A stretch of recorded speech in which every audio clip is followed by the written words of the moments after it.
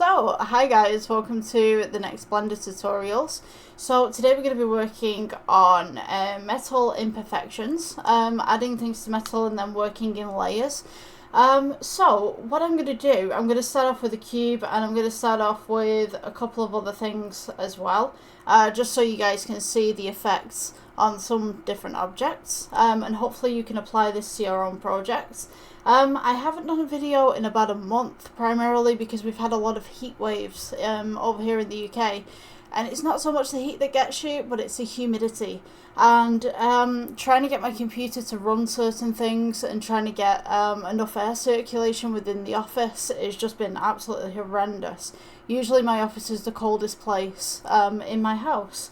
The radiator doesn't work, so you know, in winter it's absolutely perishing freezing.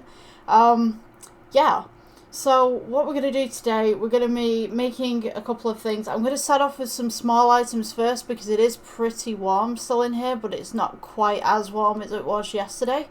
Yeah, I went out for a walk yesterday and I couldn't stand the heat. It was just like, woof.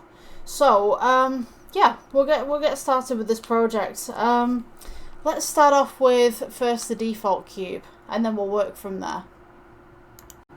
Okay, I'm just checking that I've got the screencast keys on here for you guys so that you can see what I'm pressing, because I've gone through a lot of projects where I've not pressed the screencast key and then I've realised afterwards and I've had to go back in and edit everything, and it's just horrendous. So what we've primarily got here for 4.5, this is a new download actually, this is the new version of it. So we've got the camera right here, if you didn't know what the camera was. This is this little box thing right here that's highlighted in orange. And then we've got the light right here. So what we want to do first and foremost is go to your render tab just at the side here, if you can see where my mouse is. And then we're going to go from Eevee and we'll switch this up to cycles. I do all of my stuff in cycles. So the next thing that we want to do, I'm just going to go ahead and show you how this works just in case you're new to Blender. So if we go up here to where the tab is and we click the little circle that's right at the end right here, this is the render tab. So this is the lighting, how it would look. So if I go to render up at the top right here and render image, we see that we have just a standard cube right here, and it's rendered in pretty quickly. We've got a couple of samples still to go, but you can get the primary idea of how that works. So to make these metal kind of looks, what we're going to do, generally I'll keep this to English. Generally I do write all of my stuff in another language on here, so say if I do colours and stuff like that, I'll do different colours in different languages, but primarily I'll do the colours in English because obviously this tutorial's in English. So this is the shading tab that I've just clicked on right here. Let's get into this. So if we click onto our object and we just press shift, and what I'm going to do is I'm going to press the center scroll on my mouse. For some reason I can't get the screencasting keys on this tab. If anyone knows how to do that, please inform me, because it would be absolutely brilliant to know how to do that. If I can do it from here, that would be good. See, screencasting keys are turned on, but if I press anything, nothing appears. So yeah, it's a bit of a pain on this, to be honest with you. So this little bit right here, if you need to move this around, just press shift and center scroll, and you notice that we can move this around. So what I'm going to do, I'm just going to move myself out of the way because I realise that I am right dead center in the middle of the screen. And I'm also going to turn off this rerun as well because it's not a rerun. I accidentally put that on. Let's get that off. That's for the live streaming. I use the same software for my live streaming that I do for this. So sometimes I have settings. I do have groups of settings, but clearly I missed one.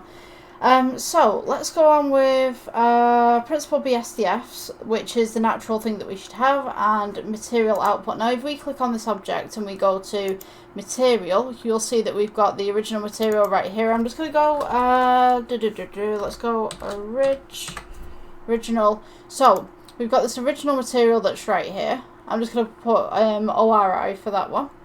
And what I'm going to do, because we want to make some metal kind of stuff, is I'm just going to go ahead and render this viewport shading. And I'm going to make this a gold, just to begin with. So we want to get somewhere, sweet spot, between yellow and red. Maybe just a little bit of green coming over, but just maybe about there.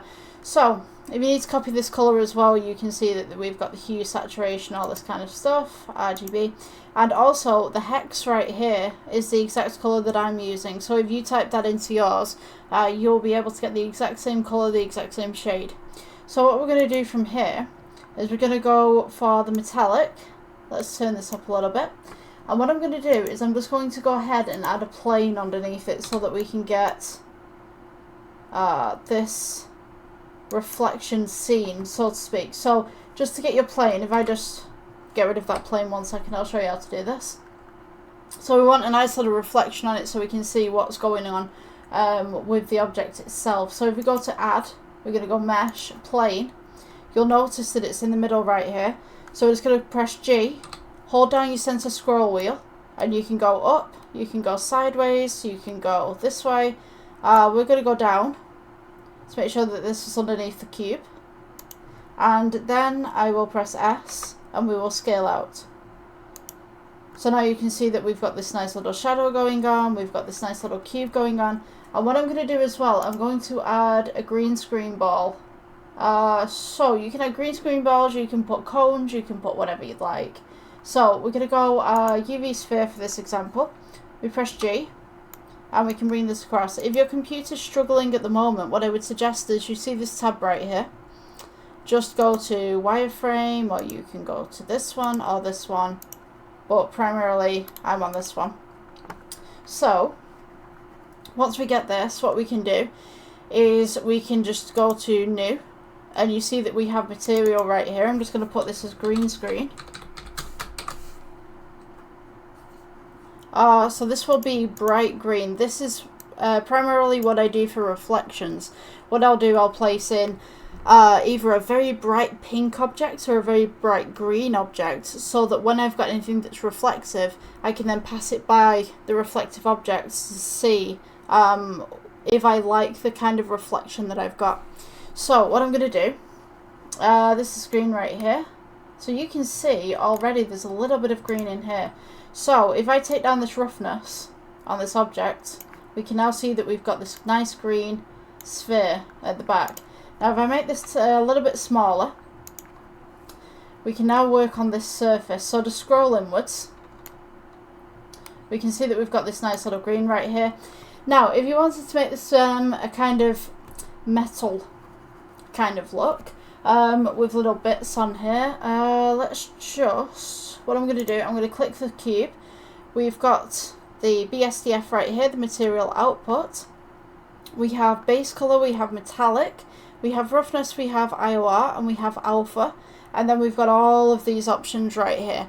Now you can tweak with all of these options. You can see what you'd like and you can see what you want. And just basically experiment with it. Primarily this is how I learnt Blender. Experiment with absolutely everything and you'll find things that maybe you didn't think that you would come across. So let's go with add. And we will go, you can type this in actually. So we'll go with color ramp. So color ramp. When we place this here, if we go colour to base colour, you see that it turns silver. Now, you can darken this, and you can also lighten this by moving these two tabs across. Now, if you wanted to, you could add, let's go with a noise texture. So, I'm going to make a kind of bumpy silver, so let's go with noise. Noise texture, you've got white noise texture, you've got regular noise texture. You want the regular noise texture. We're going to go with colour and just plug that in to the side right there.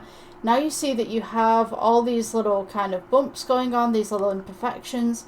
So what we're going to do is we're just going to bring the black forward a little bit. You'll notice that it darkens in places, and then if you bring the white forward a little bit, you've got less imperfections. Now, if you wanted to,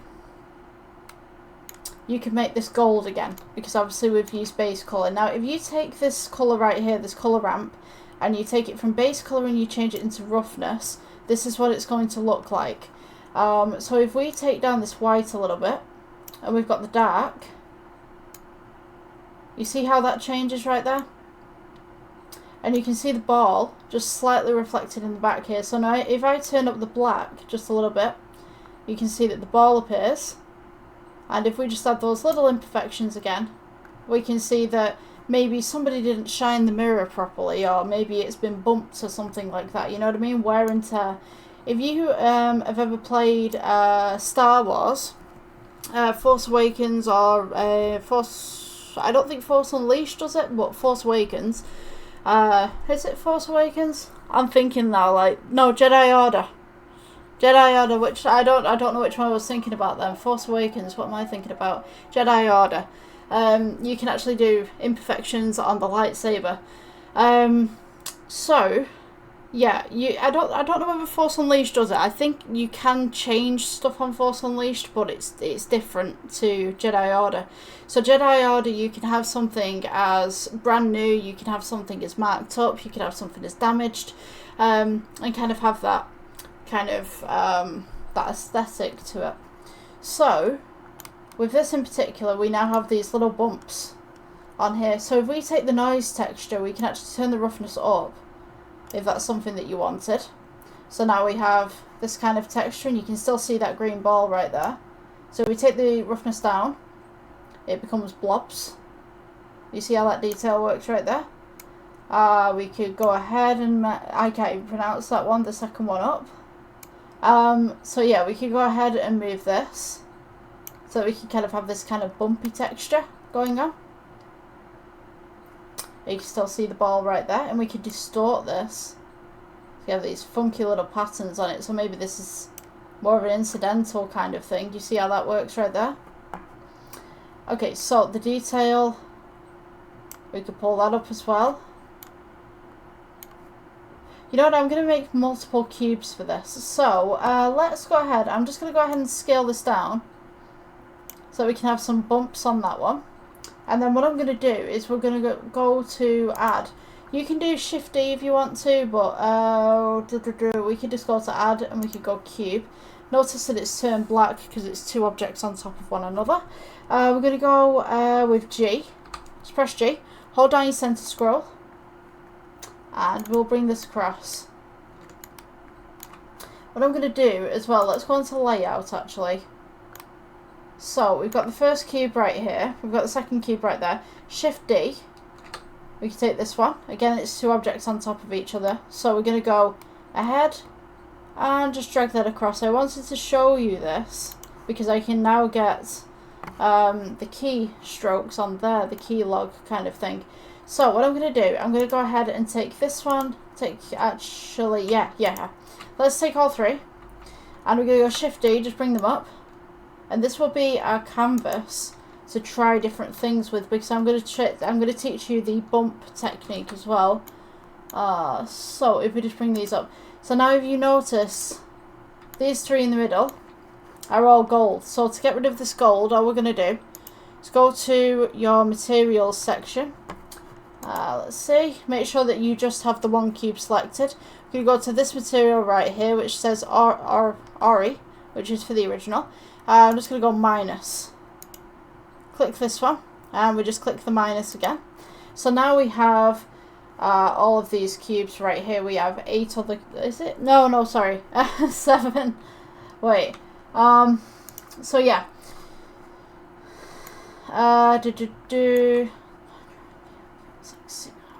Yeah, 8 cubes.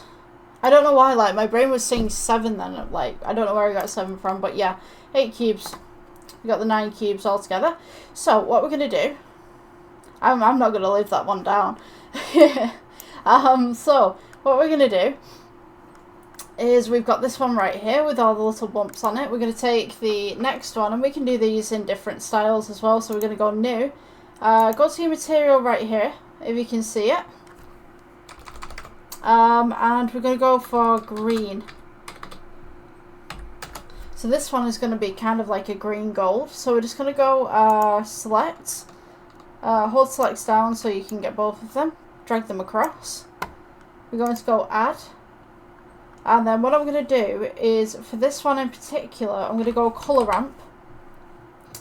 Colour spelled the American way, by the way. Colour ramp, just right there. And what we're going to do is we've got that nice little grey and we've got that nice little white. What we're going to do with that one is we're going to go plus and we can add the green in the middle. So right now it doesn't really mean anything because the green is just kind of like a really lime green. We're going to turn up the metallic, turn down the roughness, and now we have this nice little shine, this nice little green going on. So what I can now do is, we've got all these textures that we can put on here. We've got brick texture, we've got checker texture, environment texture, and we have Voronoi texture. I'm going to use Voronoi texture, colour to the FAC. I noticed that we've got all these little bumps coming up right here. So what we want to do with this is, you can do whatever you'd like with this one. I'm going to turn mine up just a little bit. The roughness is turned down. If we put this onto the roughness right here, you'll see that this is how that it turns out. It turns to more of a silver. If we put this on the metallic, it doesn't really do much on the metallic, but base colour definitely does some more stuff. So I'm just going to turn the green up just here a little bit. We've still got that nice little reflection going on. You can rough this up in parts. And what we can also do is we can add a bump node. Now a bump node is going to allow us to have a little bit of texture to this. So if we go add and we just type in bump. Now usually, as I remember it, I'm going to get this wrong every single time. Like, I do this every single time. Usually I would put it here, but then it turns to here. Just 1 second. Yeah. Okay. Right. I messed up.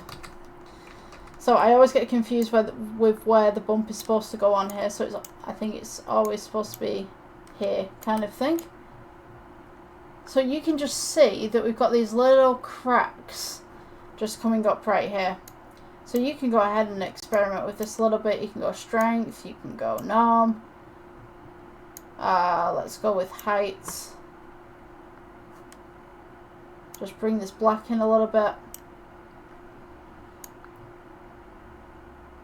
And we can change this from base colour to roughness.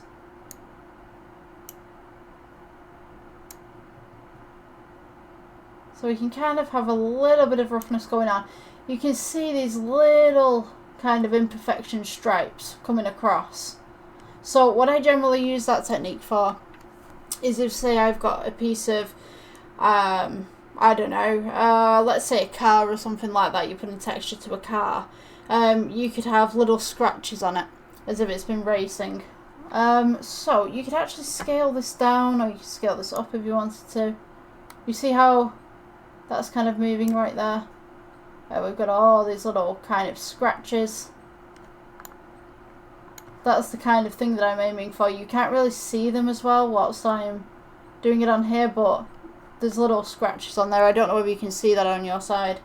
I'm kind of looking at the recording side and kind of going like, is it showing up on your side? But yes, there are little scratches and imperfections on there. So let's move on to the next one. If you wanted green with that as well, you could also change the colour right here. So we've kind of got this nice little green with little scratches on it. We've got this nice little kind of gold with little pieces on it. And then maybe we'll go for a silver on this side. Let's go with new. Just press shift and then click. Oh, what's going on here? Right, here we go, shift, and then we're just going to move them across with the center scroll wheel. Let's go with add. And maybe for this time we will have bevel. Let's try bevel. Go into the corner right here. Notice that we've got all these kind of shades. So what we could do with this, instead of going base colour, we could go roughness. But what I'm going to do is I'm going to go add, because we've now taken out the base colour, we need to add the colour back in. So again, colour ramp, spot the American way. Where are we at? Right, here we go. Okay, so you can set it in between there, or let's see what happens if we plug it into this side.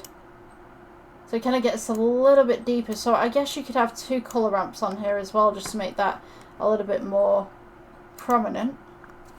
Let's go with colour ramp.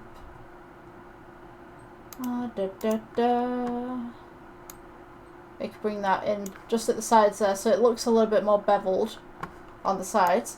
And what I want to really do is stripes going downwards. So we'll do that on the next one. Let's see, let's bring up this metallic just a little bit. Bring this roughness down, and we can see that we've got the nice little ball here. So you could use this kind of texture for, say, like the side of buildings or something like that. Say if you've got skyscrapers and you want something that's reflective, but you can't see into it. Also, you can mess with your alpha. Say like you've got a skyscraper and you want to be able to see inside. If we just remove the alpha just a little bit, now we have this object that is now slightly see-through. If we change the IOR, we can now make it a little bit more shinier. We can just edit that just a little bit. Okay, so what I really want to do is a bump texture. Let's move on to this one. So we're going to go with new. Shimmy this over to the side. I didn't give that one a name actually. 1 second. So this one we could just go with obsidian.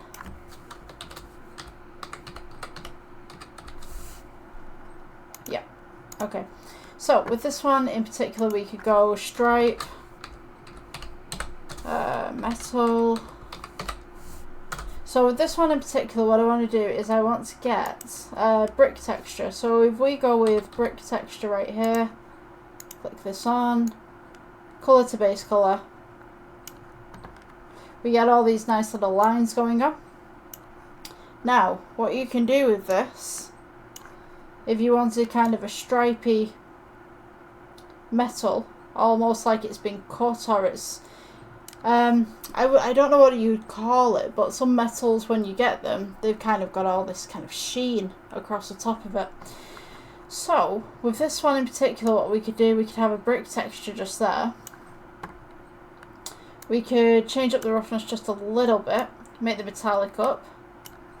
And what we could do, we could have the brick texture right there, and we could add, let's go with noise texture. We'll place this one right here. We'll go colour, and maybe into the metallic, just slightly. Oh, sorry, into the roughness. So now we've kind of got these little bumps going on. It's kind of, this metal's got some imperfections going on. So what I'm going to do, I'm just going to scroll out of this, shift again, just move it up. So now we've got this nice little roughness going on. We've got this brick texture. Just going to go ahead and change up the metallic right there. What I'm going to do, I'm going to pull this up so you guys can see what's going on under the hood, so to speak. Let's go with color ramp. Yeah, I'm going to go with color ramp. Place this one right here. We go plus. Going to get it to kind of a nice little goldy silver kind of colour. Oh, when my computer plays ball. Like a bronze. There we go. Right, so the metallic's up. I'm also going to change this black to more of a lighter shade. Let's kind of get some browns in there maybe. And this white right here, kind of make this some more of a goldy colour. And then we've got the silver as well that we can just adjust. Maybe give it some green. Maybe it's a metal that's started to get a little bit funky. So what we can do with this now, we've got the metallic all the way up. Let's see. We can add a bump to this, actually. Maybe a bit of a sheen. So, let's go with add and we'll go bump. Bump texture right there. We could put the bump right here if you wanted to, between the noise and that, which will give us this nice little effect right here. It's almost like it's straight and these lines have kind of been put onto it. Alternatively, we could backtrack that. We could put the bump in here, I believe. And you could bring out this. Now, if you wanted the two of these to kind of coincide, what we can do is we can go to add and we can go, I believe it's mix. So let's see, yeah, factor A, factor B. So what you want to do, factor A, you want the top line where we've got this nice little kind of brick texture going on. Factor B is this one where you're adding the roughness. So you can actually change that to factor B right there. So if you change out the factors just here, it should change between the two of them. Let's get rid of this one. And you could also, if you really wanted to, take this noise texture and put it to 1. And we can also change down the strength of the bump as well.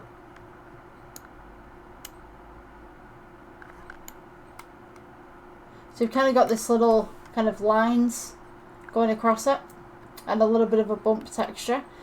Personally, for me, I don't really like this one. I just don't think it sits right, but if you wanted some sort of metal that had bumps going across it and stuff like that, I mean, totally up to you what you want to do with it.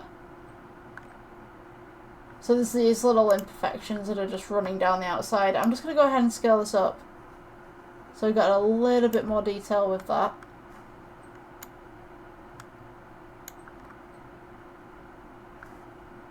You could also, if you really wanted to, mess around with different stuff. So if I just put this as 0, just experimenting with this at the moment. So we've got a few lines that are going across. We could do row height. You've got distortion. So you see how some of the lines have actually got, I don't know how well you guys can see this, but let's try and just spin that round a little bit. You see how this has got a little bit of texture on it, this part doesn't. This has got texture, these parts don't. So this is a really kind of nice technique if you wanted some patterns. I think you'd be able to see it better there. So this is kind of like sci-fi kind of building and stuff like that. You could also do distance, make it a little bit more prominent. You could go ahead and scale it down if you wanted to, so you have more lines. You see where I'm getting at with this. It's kind of a trusted process kind of build on that one. So this one is striped metal. So the next one that we could do, since we've got these 4, I'm going to go ahead actually and place another 2 of these, I think. So maybe if I take this one, just press G, bring it across, Shift D, bring that one across, just so that we can get some of these reflections that you guys can see what's reflecting and what's not. So if we go Shift D, bring this up, Shift D, bring this up. So when we turn this back on, if we just go to layout mode a moment and then just go to full render, we now have these nice little bits right here. So we could also add different lighting as well. We could get these in different kind of shades. So we've got this nice little green kind of teal going on with some bump. We've got this black obsidian right here. We've got these little kind of imperfections on a mirror kind of going on here, and then we have the kind of sci-fi stripy continuum kind of thing that's going on. So I think the next one, I'm thinking we could do patterns. I think we could work with some sort of patterns. So It's going to go back to regular render just for a moment. Even you can see it there on this one. Nice black obsidian. Nice little ripple effects. Teal. Let's go back to shading. I wish my screen was just like a little bit bigger so that I could show you guys what's going on. Let's see. Let's take this down just a little bit. Right, so this one we're going to go new. We'll go pattern. I kind of want to do white patterns with a black mirror. That might actually look real cool. So yeah, I'm just going to move this crash just on this side. Let's go to add. We need a texture. Let's see what Gabor texture does. Some of these I haven't actually worked with. So it kind of does the same as this, but you don't really get the stripes that much. Let's see, orientation. That is actually a pretty cool one if you wanted to do kind of a crunchy kind of metal. Tell you what, we'll work with that one on the next one. Let's go to add. We'll do texture. You've got wave texture. You've got magic texture. Yeah, I think it's the best thing to do with the software is just kind of experiment. I don't think that one's going to work for us. Let's go with noise. Noise texture right here. Go across, and we're going to distort. So we've got this nice kind of 80s kind of psychedelic thing going on. Let's shade this down. And it's kind of the same as this one at the bottom, but I kind of want to do a black and white theme. So what I'm going to do is I'm going to do color ramp. Color ramp. Where are you at? Right, there we go. Color ramp. So now we've got black and white. I'm just going to tone this black up a little bit, and I'm going to tone this white up a little bit, so we've got this nice little contrast going on. Let's distort this a little further. Say just about here. Okay, so the metallic side of things. Let's just turn that up. Just turn this brightness down. What I'm going to do, just go on full render. So we've got the white as being the most reflective here. So what I'm going to do, let's go and experiment a bit. So there you go. Put the colour ramp to the metallic rather than the base colour. Base colour is going to be white. And you want to make sure that these two really contrast. Just on the colour ramp right here. So now we've got this nice little mirror going on with black, and then we've got the white underneath. So what I'm actually going to do, I'm going to place, let's go with, tone down that black a little bit. I'm just going to go ahead and just put this as a white, just to define that white a little bit more.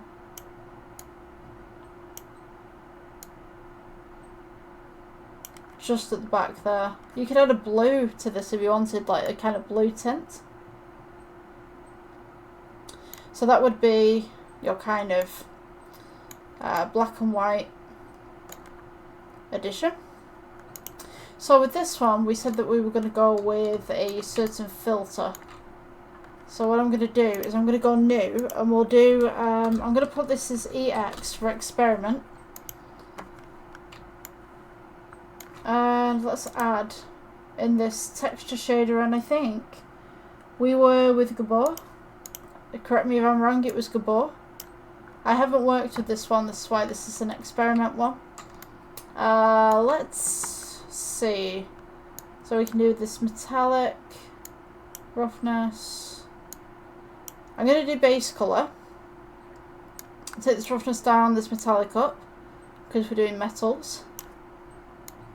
So now we kind of have this kind of hazy kind of metal. What I'm going to do is let's add a magic texture to the roughness. Ho, I like this. So, I like this a lot. So we now have this nice little kind of magic texture going on. So what we can do with the Gabor and this magic texture, we can actually add the colour ramp. Just place that right here. we could kind of phase off some of this if you wanted to, or you could just keep it the way that it is. Maybe bring this white up. So we kind of have the same effect as the other side. We've got metallic all the way up. If we put base colour to metallic, nothing happens. Okay, if we put this base colour to alpha. Right, so, I mean this one is an experimental one anyway. Let's go plus and we'll add a nice little blue in there. So we've got these blue stripes coming down right here. If we scale this up, we can get even more blue stripes.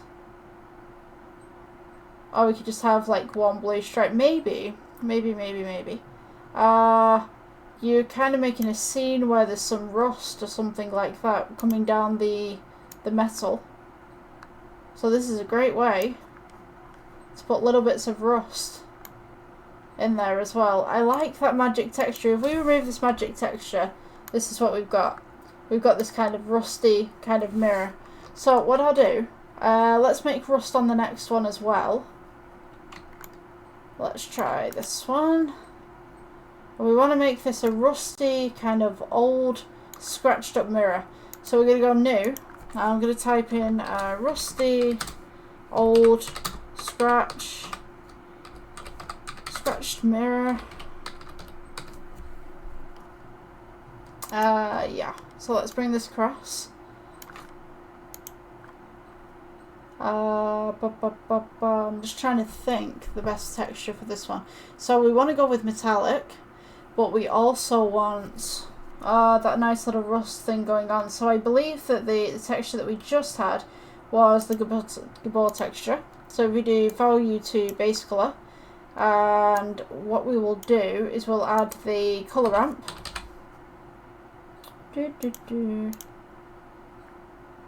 So we've got this going on, and we can go plus, and then this central colour that we've got right here, we can change this to kind of a brown kind of colour. Metallic up, roughness down. Just bring that white up a little bit. So we do have this nice little reflection, but we've got this kind of, I don't know, something maybe leaked over the top of it. There's little imperfections even. Just kind of shade that out a little bit.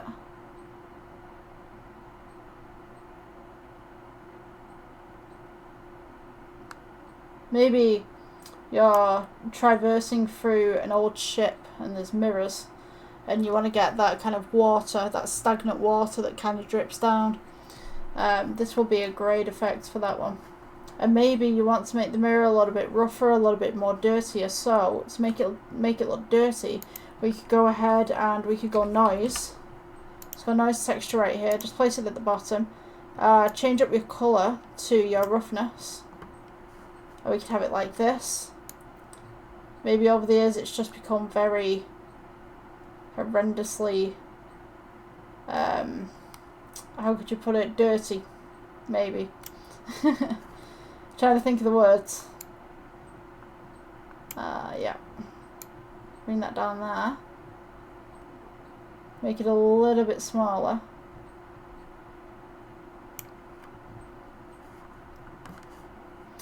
Let's go roughness. You can change up the roughness if you wanted to. So yeah, maybe it's a very dirty mirror. If we take the roughness and we can put it in the IOR or the alpha, you could do it like that. Alternatively, if you wanted to, we could disconnect that one and we can do a mix. We can place the mix right here. We go ahead and put this one right here. Go ahead and put this one right here. Just turn off that. Just basically mess around with the different settings, see what you can do, see what happens. Let's see A, and we can put that one as B. Okay, maybe not. The results. Let's put the space color. Yeah. Okay, so that kind of works. So I got them the wrong way round. A should be B, B should be A. Not very organised on that side. Okay, so now we've got this nice little texture going on, and the best thing about it as well, we've also got this kind of oil slick to it. Now, if you wanted to get rid of this oil slick, just come down to this section right here. We could, in theory, put another colour ramp. So we could go add, and we could go colour ramp. Colour to vector, and it'll change it to this. Now, if we go a little bit more with the black, oops. Oh, we have a crash. Oh, I think I hit the wrong button here. Okay, so we couldn't get to the other two cubes. I will try. We'll see what happens. But yeah, we have a crash. See what I mean? Like, I think my computer's just getting way too overheated. It's yeah, we still got a heat wave going on outside, but apparently we've crashed. So that might be the end of this tutorial, but please continue experimenting with your own cubes. Yeah, and I guess I'll see you guys in the next one. Alright. Okay, welcome back to Blender, guys. So what we're doing today is we're making a potion bottle. So this is part of the gaming kind of series that I was doing. I'm just kind of doing a little bit of an interweaving of gaming items every so often. So within this tutorial, we're going to be basically just making a glass bottle. So we're going to go ahead and delete the default cube, and I'm going to go ahead and add a circle. So starting with a circle for me is just a lot better than, say, starting with the UV sphere, really. So for this particular tutorial, I'm just going to go ahead and just turn on these screen keys because I've not put it on. So I'm going to split this so you guys can see what's going on that side, and then I'll work on this side as per usual. So one is just a side view. And what I'm going to do is select all of these, press F just for fill. And then I'm going to go E for extrude. What I want to do is just make a bulb to begin with, just a bulb base. So we're going to go outwards just on the side, E for extrude, scale outwards. So make sure you don't go too far up at the sides, but just enough so that we've got this nice little bulb going on. So what I would suggest, instead of doing like little bits like this, maybe we could go with G, just bring it up, and just scale this outwards so that it's nice and big. I'll leave the small parts to the bevels. So let's take that up, E for extrude, and then we can kind of just S for scale, bring it round. We can add more vertices in here if you want to. Control R, just in the middle right here, and just press S, just scale it outwards a little bit. Control R right here. Just scale that one outwards a little bit, and then we can Control R right here, and I think I'm going to do one more cut just at the bottom. Just about here. So now we've got kind of got this very nice spherical looking shape. We're going to take the top again. I'm just going to bring this down. We've got E for extrude, S to scale inwards, E for extrude, S to scale inwards, and once you get to this part right here, just start scaling a little bit less inwards. So you're making this nice little curve that's going across the top. And we're just going to go E for extrude. I think we'll take this in just one little piece more, and what I'm going to do, I'm going to put the X-ray mode on just for the moment. I'm going to take these and just press G, bring it down just slightly so we've got that nice spherical bowl continuing its pattern right there. We're going to go E for extrude, bring it right up. Just scale inwards just a little bit, and then this will be the funnel for the top.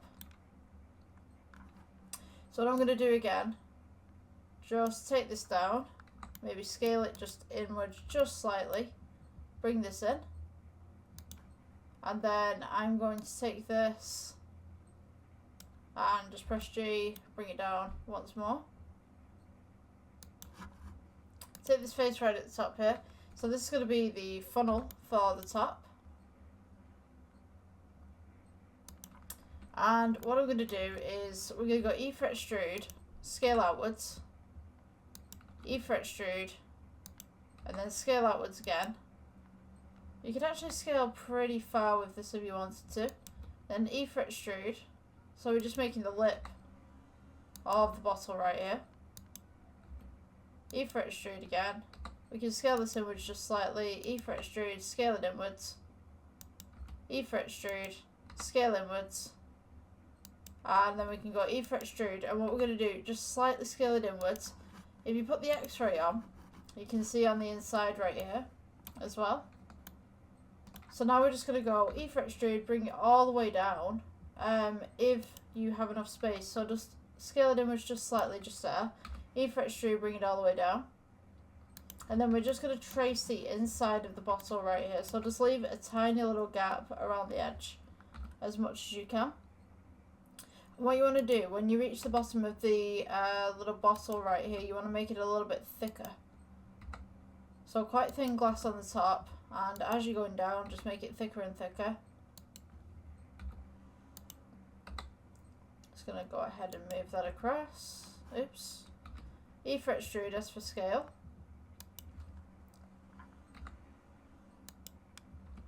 And then we just do the bowl right here. Just bring this outwards.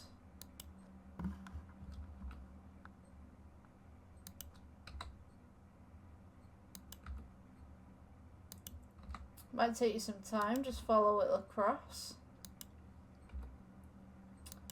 Just take it in just here, and then once we get to this point, we're just going to make this a little bit thicker at the bottom and just round it off inside the actual piece itself. So S for scale. Oops, I think I messed up there. E for extrude, S for scale, E for extrude, and then we're going to go S for scale and bring that right back in at the bottom there. So now we have this nice little bulb kind of potion thing. So we're going to go right click, shade smooth. So now we want to make this look like glass. So I always work with cycles. So if your render engine's anything different, just change it to cycles for the moment. Unless you've got an idea of what you want to do in another render engine. So we've got Principled BSDF right here under the Materials tab. We're going to change this to Glass BSDF. I'm also going to go ahead and add a plane into the bottom of here so that you guys can see the glass a little bit better. Click your objects back right here, change the roughness all the way down, and we'll just go to the render tab that's located right up here at the top. So now we can see that we have a nice little jar, nice little potion jar, for whatever you'd like to put in there. So what I'm going to do is I'm going to add a cork to this. So if we go to cylinder, press G, bring it up, scale it so that it fits just into the neck of the bottle right there. You might want to extrude this just a little bit, but what we're going to do, take this top face right here. I'm just going to scale this outwards, and then E for extrude, and you can just kind of make this a small little rim just around the outside, and just pull it in so we've got that nice little bevel going on. You can also do the same to the bottom. Right click, shade smooth. For this one in particular, you can do some texture on this if you want to. So we're going to call this cork. And we'll just go ahead, just make this like a dark brown or something. So that when we render this, you've now got this nice little cork sass in the top, and you've got the bowl right here. So what we can do as well, we can go into X-ray mode. We can go add. Let's go with a cylinder. What you want to do, just press 1 so it goes sideways. Scale this down. Just zoom in a little bit. We press G. And what you want to do is go to edit mode. Take the top face right here. Just press 1 to go sideways again. Just press G to bring it down. And S for scale. And just very gently go around the outside of this. So we're going to go E for extrude. Scale outwards. E for extrude, and then we go scale outwards. Just try and get it so that you're following the edges of the glass, just as such. And then we're going to go E for extrude. And now, if we take this, go to this materials tab right here, right click shade smooth, go to the materials tab, this will be the liquid. And we can have this maybe as like a kind of green, like a swamp green. Turn your roughness down, your metallic up, and then turn your alpha down just by slight. And what you should have when you hit the render is a little bottle with some green liquid in it, for potions or whatever you want to use it for. So what you have here as well, all these white lines, if you didn't know, these are the reflections of the plane that we have right here. This little white dots right here, they're the lights that we have just up here, just right there. And also you can see like the edges of the plane right there. You've got the liquid in the middle. Now if you wanted to change the glass, you can mess around with the IOR, which will change the way that the glass looks. So you can have it like this with no reflection. You turn up your IOR, you've got more of a reflection coming through, however you're not seeing the object as much, and you've got a lot of dark patches right here. It's something that you don't really want. You want to have a nice crisp, kind of clean, you don't want this, you want something in the middle. So you want that shade underneath, but you want that kind of bevel around the outside of the light coming in as well. You want a mixture of the two. You can also rough this up. So if you pull the roughness right here, it becomes cloudy. If you take it back down, obviously you can see the liquid. If you go full roughness, then you can kind of see what's inside of there, but it's kind of a mystery. So I guess if that's the look that you're looking for, or you're looking to go for, then that might be what you'd want. I'm just going to take mine down to there, and I think I messed around my IOR too much, so I'm just going to pull this up.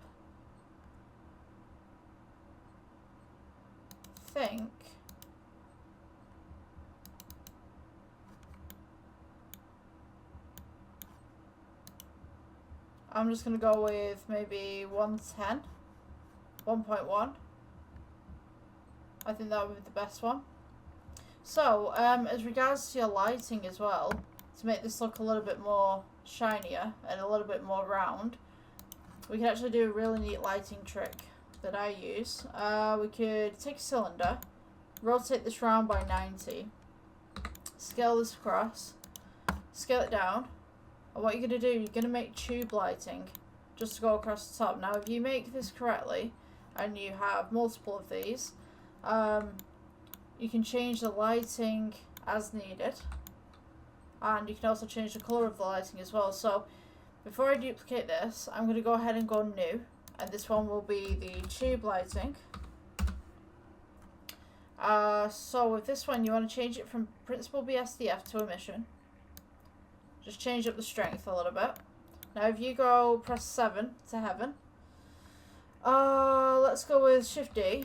We'll just move across to that one. It doesn't really matter where they go unless you want them uniform.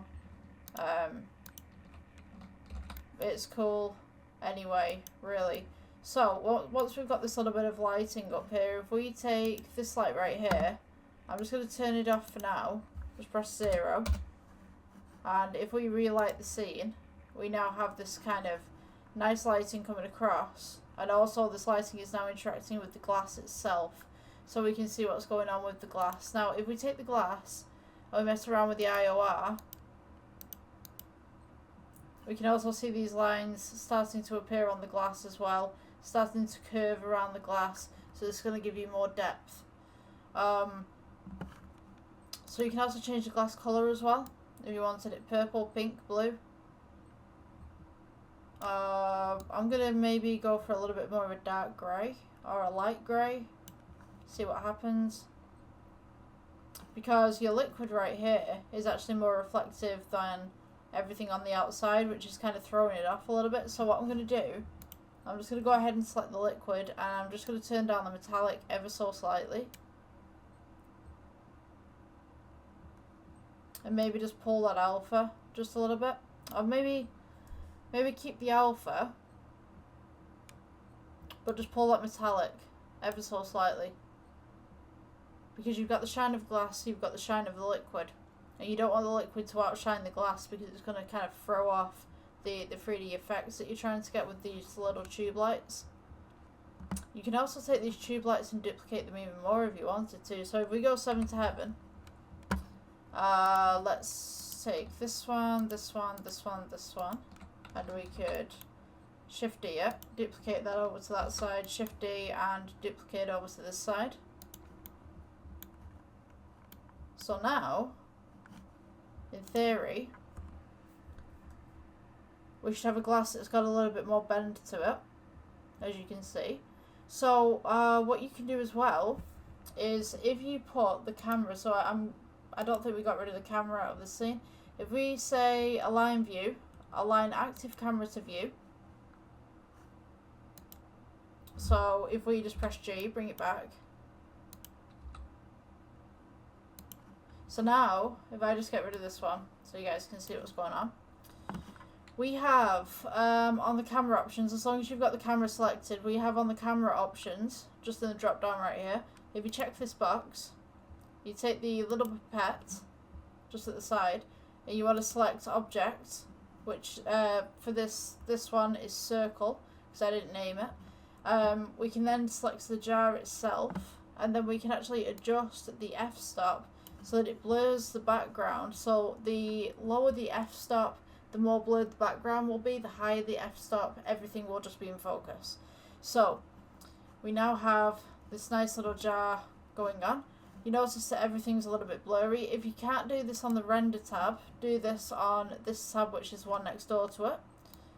We can turn this up a little bit. So now we've got this nice little shine. We have a blurred background right here. I could actually scale this upwards, and maybe we could put this on as, I'm just going to put base for this one, just to experiment, and maybe make this slightly metallic. So now we have this kind of effect going on where we've got this little bit of shadow, a little bit of shade. We turn down the roughness. We can now see, if we go all the way, we can now see the jar on the reflection. We can also see the lighting, but the jar will be the main focus. So now we've got this nice little kind of white to grey blend right here. It's not too sharp, so now it makes the jar look a little bit better as well. And if I just let's see, if I just take this lighting right here and I just elongate it just slightly, it actually might make this look better. So if we just press and we go across, and then maybe I could take this Shift D and just duplicate again, just on this side, just to fill a bit of that background in. We now have a little bit of depth starting to appear. Let's see, let's select all of these. Come on, it won't let me shift the camera. There we go. Okay, so we can elongate this as well to give some more depth to the actual piece itself. If this is too much light for you, we can go to the emission. So you want to select one of these. You notice that the colour is white right here, the emission's right here. So you can go ahead and just turn that down. You can turn it off if you want to. You can have it super bright if you wanted to. For me personally, I kind of like the way that we had it. If you want to change the colour of any of these emissions, we just go to the colour tab right here, and you can change the colour to practically anything that you want. You want a nice deep purple, you got the nice deep purple right there. If you want the green, we got the nice deep green, the red, the orange, you know how it goes. So what I'm going to do with this is I'm just going to give it a slight blue tint. Actually no, to offset that green I might do it a little bit red. Just a pinch red. just like a cool kind of pink. So now you'll see that it's kind of all loading in. There's a lot of noise going on and stuff like that. If you want to get rid of the noise, we can go to this tab right here, which is render. You can click the denoise. That generally works. Also, I think it's a little bit too bright on this base right here. So maybe we could just tone that down a little bit. Just contrast that up a little bit more. I think that would look cool. Because right now, it's not rendered fully. So you won't see all the colours popping out of this. But, yeah. So I do like this green, but I feel like it could be a little bit more. I feel like you could have like a little bit of a glow from this as well. If you wanted a glow from the liquid that's inside of the tub, or the bottle, change it to emission. Works wonders. But I think we'll go for this right now. Also, if you want to change this cork right here, you could try out a noise texture on the shading tab. We could try that actually. Yeah, I think shading tab for this one. So you got Principled BSDF. Just link up a. You know what? I could show you. Let's show and tell.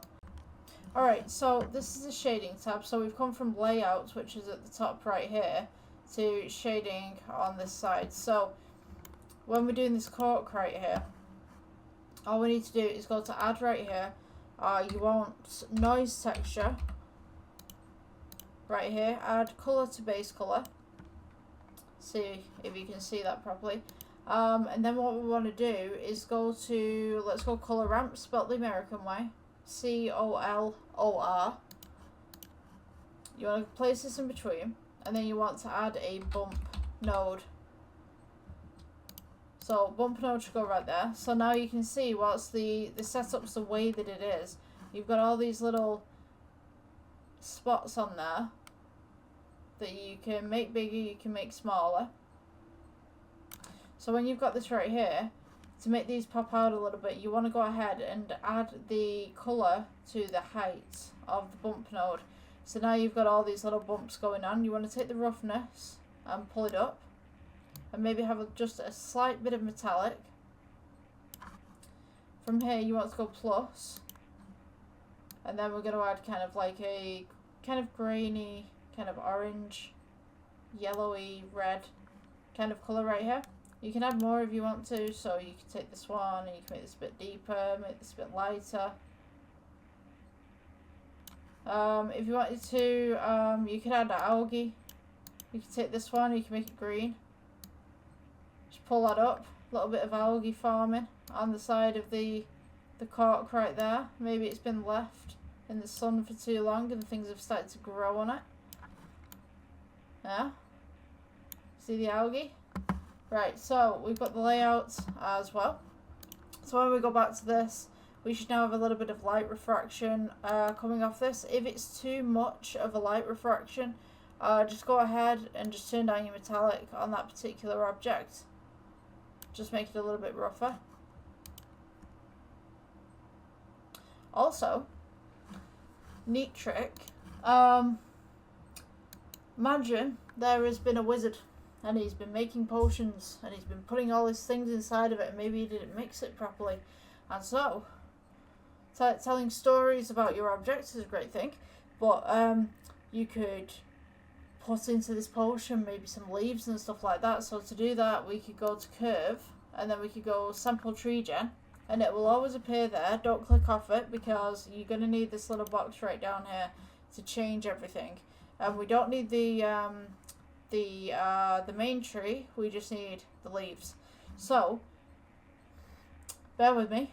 We're going to go to geometry, click leaves, show leaves, and now we've got all these leaves coming up, right? So that's all we need. Just take the main tree, press delete, take these leaves, just shrink them down to roughly that. And we're just going to take it and we're just going to put it inside. And then we'll go to the materials tab, we'll click new. And then maybe we'll put this as a dark green. Maybe these leaves absorbed a lot of water. And the wizard who left them in there was careless. And they started to rot. I don't know. Tell a story with your stuff. So now we've kind of got this algae growing on the top right here, and we can just see these leaves. So you can't really see the leaves that well. So what you can do to combat this is take the liquid that you have, and your alpha's all the way up right here, or at least my alpha's all the way up. Just turn down your alpha.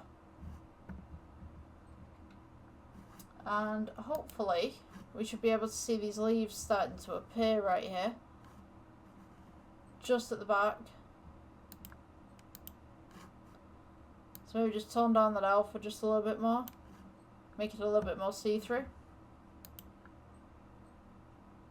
Obviously the lighting needs to come in and stuff like that, and if this is too reflective then maybe you won't see it, but to be honest with you, I can just about see it just in there.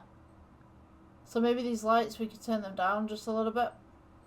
It is a bit too funky.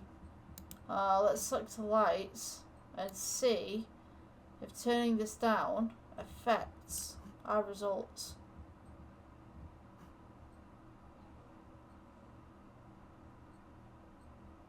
It's like the noise is coming in and everything like that. I mean, you can go to the render tab. I think I've got denoise on here. If I didn't have this on here, it would be a little bit more noisy, I think. You've also got denoise on this side as well, which kind of reminds me of the way the AI paints things. So yeah, it gives you a little bit more clarification really, but not much. You're kind of waiting a little bit longer for this one to kind of process. But yeah, go have fun with it. See what you can make. And I will see you guys in the next tutorial. Please subscribe and yeah, follow whatever's going on your side. I'll see you in the next one. Bye bye. Okay, welcome guys to the next Blender tutorial. So today we're doing kind of a posh bathroom. Now I've practiced on some of the stuff that I wanted to show you, and to be honest with you, when I did the floor, it was kind of like this flat floor. And then I did a brick texture, and then I did nodes over the top of it so that it was kind of popping out and a little bump kind of stuff going on. But I don't think it looks very good. So I want to do the tiles at the end, but I'm going to do the floor as just a plane to begin with. And then I'll show you how to do the tiles, because I know some of you, your computers might not be able to handle the amount of data that's going to be going into this project. So we'll start off with the flat floor to begin with. We'll do the floor last. Start off with a plane. Just bring it out. You know, delete your default cube. Scale outwards. And what I did was I started with this wall, and then I started with this wall on some arches. But to be honest with you, I think that I'll just do the arches kind of... I think I'll clone them and then bring the wall into it, because that just seems like a more logical option for me. So we're going to go ahead and do a plane. Press G, bring it up. R to rotate 90. Scale it down. This is going to be one of our archways, and then we'll just duplicate this into place. Okay, so we'll start with this one. I think that's going to be the best option. Because when I tried to make this to begin with, just to kind of practice, like some of the stuff that I was doing, I was kind of like, it works, but it doesn't. So we'll cut this one in half, and then we'll go in half again, and just half those. And then we're just going to want midway, half, and then half, and then half. So, the way that I did it originally was I extruded downwards for the archways, but to be honest with you, this I'm just going to go like this, and then just click diagonally. So shift and control, go to the middle. Oops, no, sorry, don't do that. Just click kind of to the middle.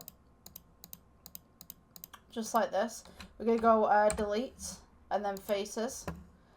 So now we've kind of got this rough, kind of rugged kind of look. So if you come over to here to where we can pick at the points, select these 2 points right here, scale inwards, then press G, just bring it down. And you just want to get these just in between. Make sure that you're staying on a flat axis when you're doing this. So G just to bring it down, and then scale to bring them together or apart, depending on your angle. Then select the next 2 upwards. You just want to be following the external dots. So G, bring it down. S to scale inwards. Just bring it round. And then we can do some adjustments afterwards just to make sure that everything's where it needs to be. G, go down. Scale. Sorry, S to scale inwards. So with this, we can actually go G, bring it up just a little bit. So we can get that archway kind of curved. These 2 points right here, we can bring these just up just slightly. Scale them outwards. And the idea of this is just to build the archway itself now. So scale outwards. Come on, scale outwards. Just kind of get some sort of archway from this.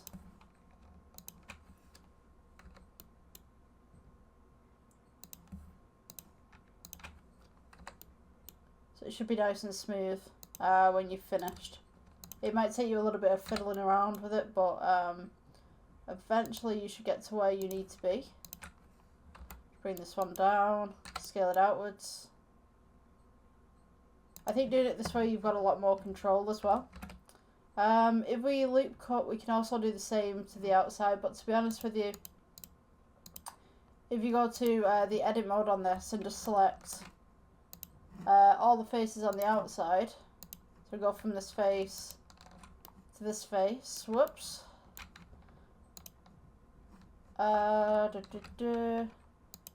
Press for the actual faces. Just click off that 1 second. You want to go for the edges, just right here. Try and get them all in without selecting anything else.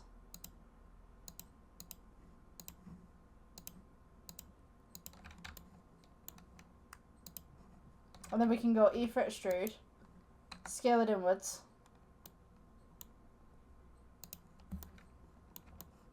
And then just press G, bring it down just slightly. And now you've kind of got this inner archway that you can use for, say, a little bit of a window as well. So that should be completely flat. What I'm going to do, I'm going to bring this forward actually, where the archway actually is. So if we go A, and then we go E, you can bring that forward just a little bit. Take these faces at the front right here where it comes around the archway. Oops.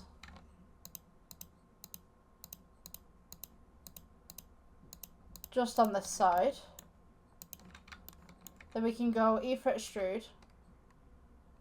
Bring these outwards just slightly.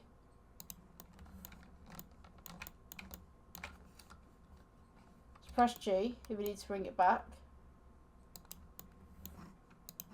So now we've got a little bit of a lip around where the window is going to go in. Now we can take this side. Select all the vertices on this side, press G, just bring it in just slightly. Or, alternatively, you can also select this side. You scale them both in. Let's try right click shade smooth.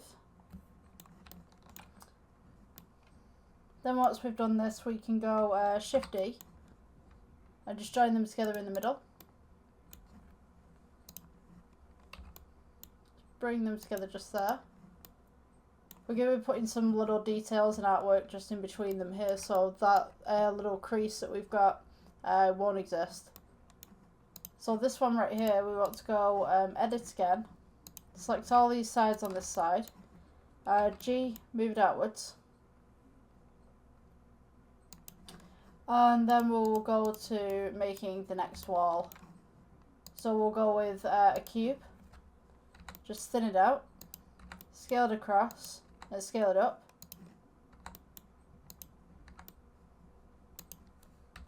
You just want to make it the same height as these two walls. Just press G, just bring it in.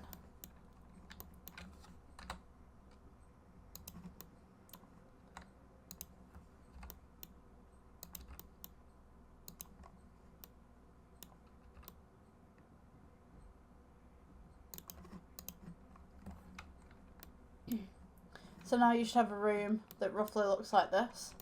So now this room has got a little bit of a dint inside of it. So we'll go Shift D, just move this across, scale down, just scale this part outwards.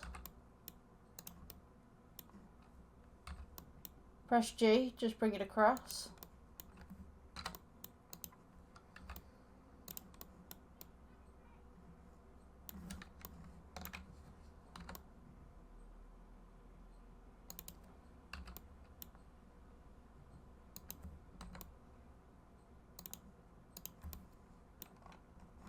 I'm just going to edit this one as well, just on this side, just to join these two walls together. So just select the sides, press G, bring it in. And for this one in particular, just going to go edit mode, scale in between, take this one and then E for extrude outwards for the other side of the bathroom. And then just fix your floor so that it just fits nice and comfortably there. Maybe scale it in just slightly.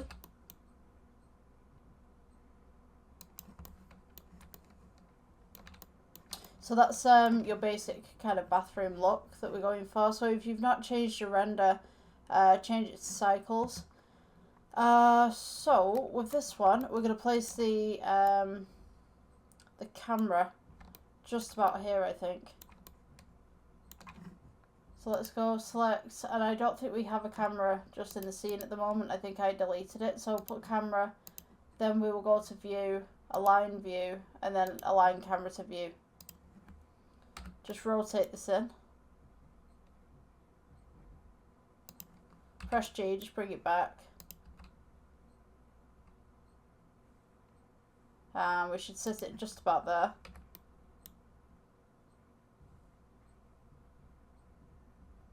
Just frame it just in much, just there. And then I'll split this and then we can make the rest of it.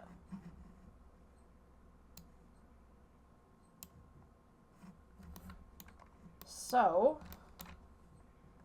coming from this point, we also want the ceiling, but we're going to do the ceiling last. It just makes more sense. So if we go to the mirror first, we'll go with, start with a circle, rotate it by 90. And the mirror is going to go on the side just here. So I'm just going to make it an oval just slightly, make it bigger, go to edit mode. And then we're going to go F for fill, E for extrude.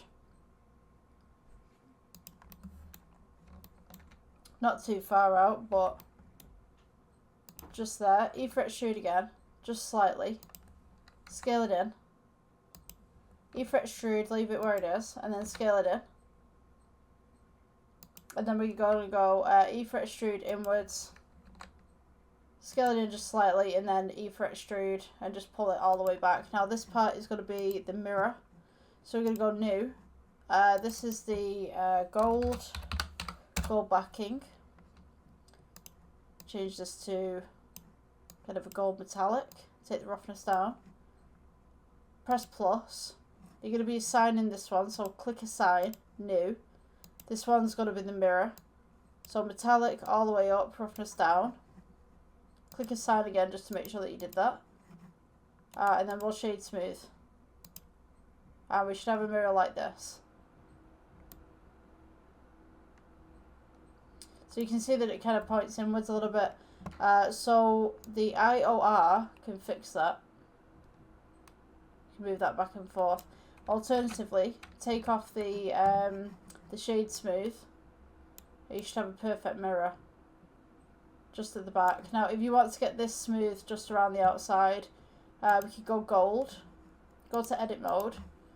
Click select. And then we can shade that bit smooth. Subdivide it a couple of times. And hopefully that should work. If not, we can get another oval in the middle right there.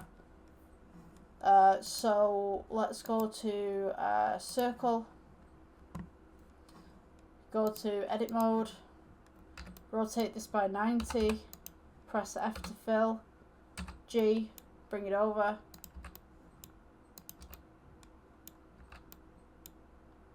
Place this just in front on the frame. Scale it outwards to fit the frame.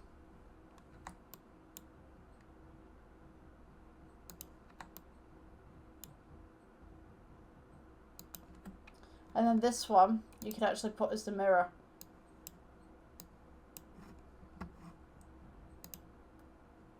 So I'll just put mirror on this one.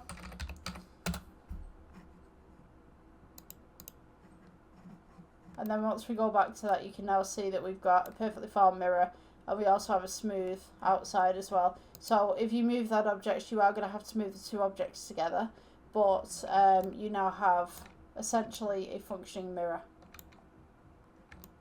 that will reflect correctly. Alright, so the next bit, I just needed to take a quick break. I just needed to deal with something. So, yeah, the next part of this, the mirror's a little bit too big, but we'll tone it down, it's fine. At least we've got it made. So we've got the cabinet that we're going to make, which we're going to start with a cube.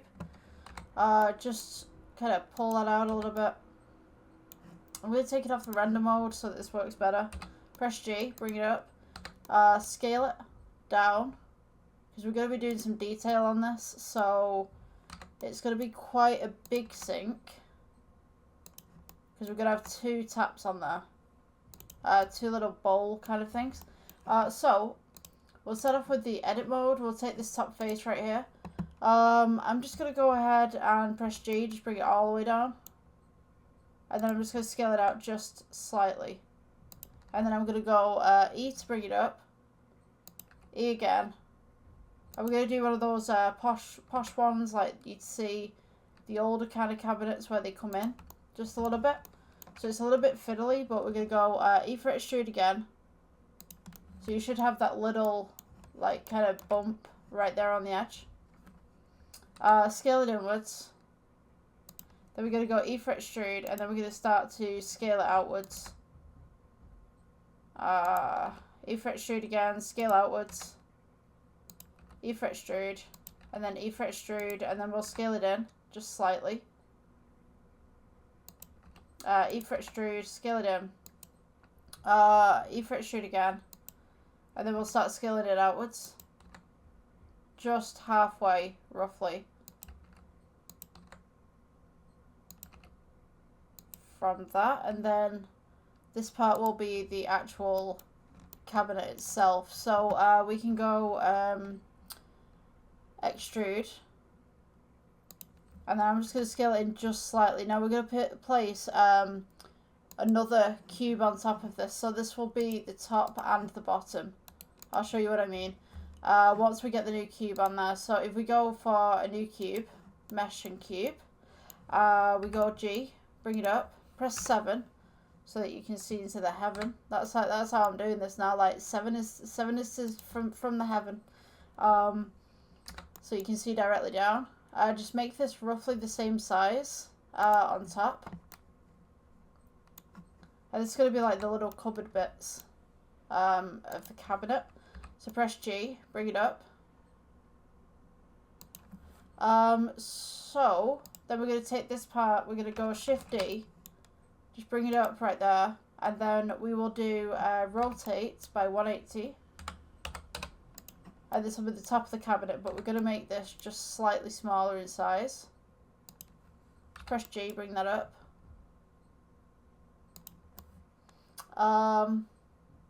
Then from here we're going to put on top a marble kind of top. So with this side right here, usually I make doors that you can open and stuff. I mean, you can make the doors if you want to.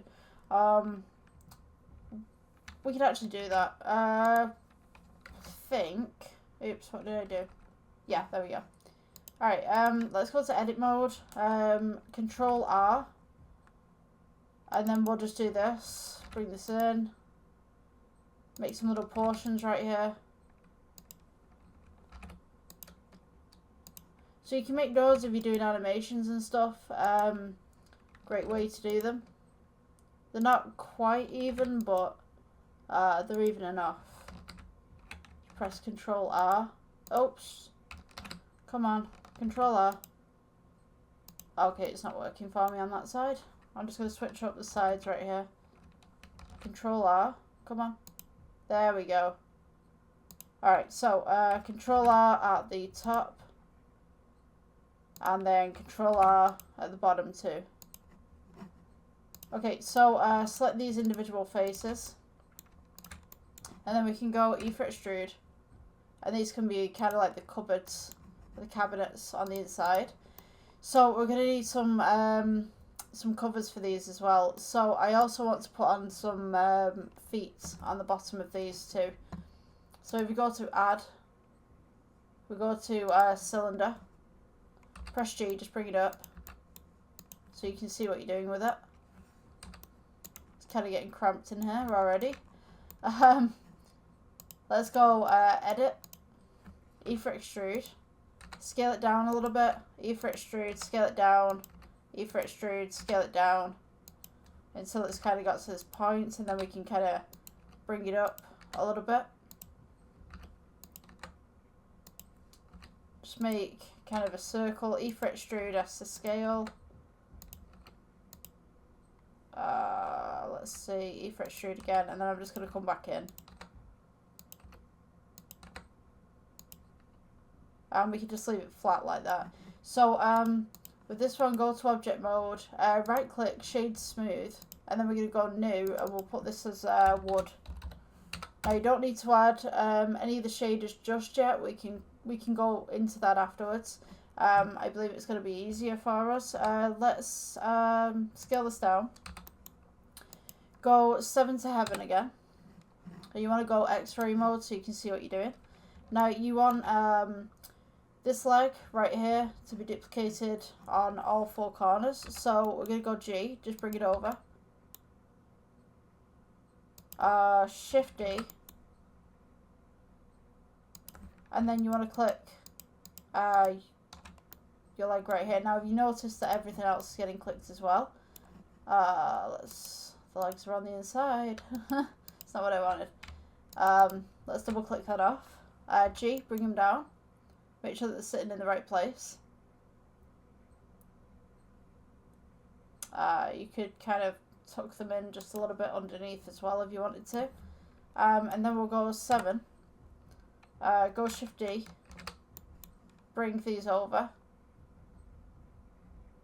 Just so that they sit just right there. So now you should have, if we take off the X-ray mode, a nice little cabinet. Now we just need to add the doors to it. So we could go Add, Plane. Rotate this by 90. Press G, bring it up. Just align it to where you need it to be. Now roughly all of this should be the same kind of height and size, so we shouldn't have any problems with that. G, just bring it in.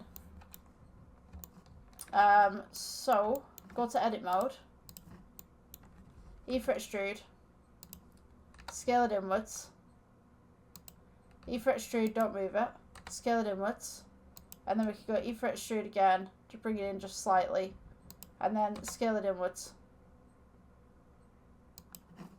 You can do E for Extrude again, and then kind of scale inwards so you've got that kind of posh look to them.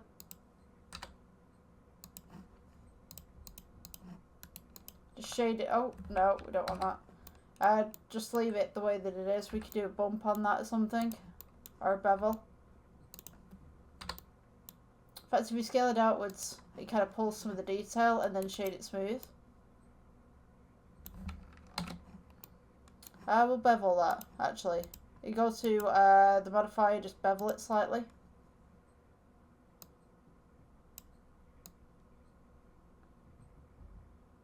Yeah. Okay, we can leave it like that. You can go Shift D, just bring it over.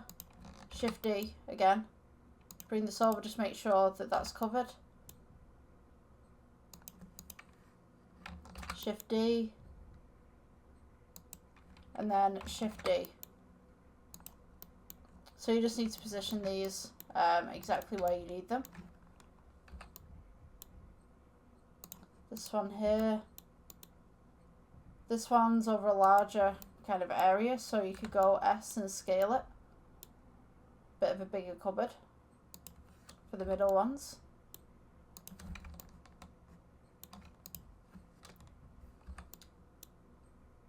Press G in the middle, scale it outwards just a little bit. And then we can scale this one out just a slight bit, and then this one just to match.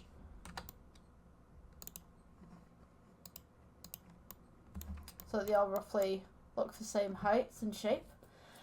Okay, so we want to put this entire thing onto the side of the wall. So if we go to this angle, we can box select this.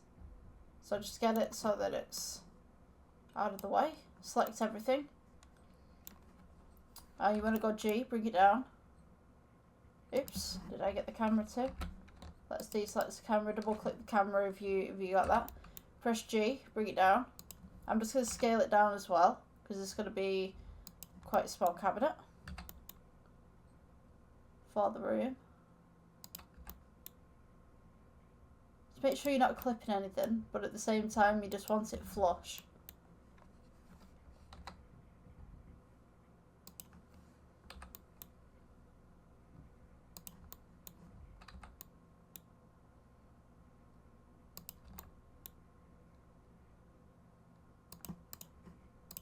And then take your mirror, and we'll put maybe 2 mirrors, just scale that down just a little bit. G, bring it up.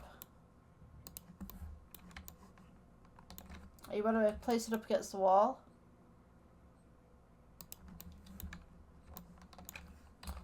G, just move that over, and then we can do D, Shift D, and just bring those two together.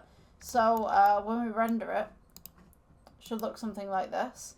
Now obviously we've not got any light in the scene, so we can change that pretty soon. But what I'm going to do is I'm going to put some shelving units in here and maybe some decoration, so we can put a cube. Scale this down. Scale this across. G, go up. And then just go in. Just here.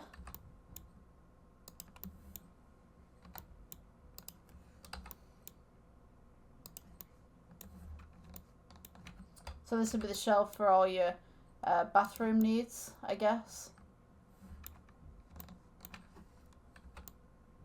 G, just bring it over. We're going to materials, and we should have gold. So that should just match straight up. Maybe we'll make a gold too, actually. So we could duplicate this. And just put gold 2. So this one could be less shiny. Just a little bit duller.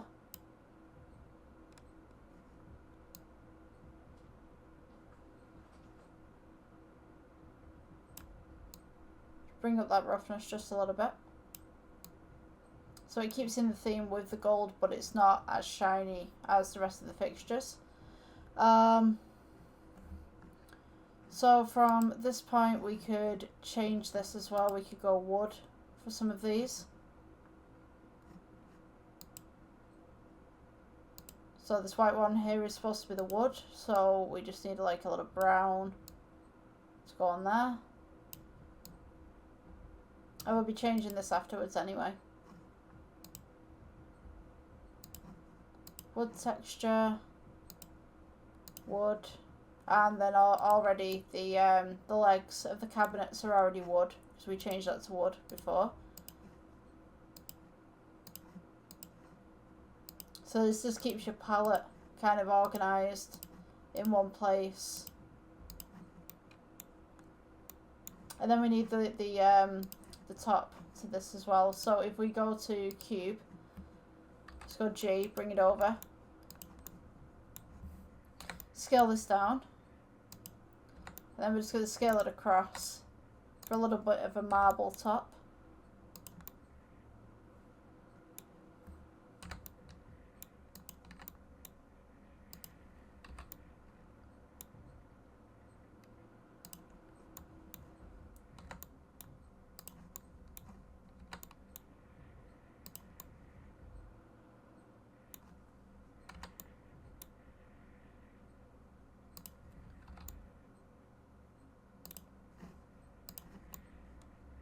Okay, so that's our first bit done. The second bit, we're going to be making a bathtub, and then we can make some of the plants in the windows and stuff, and anything that's going on the sides.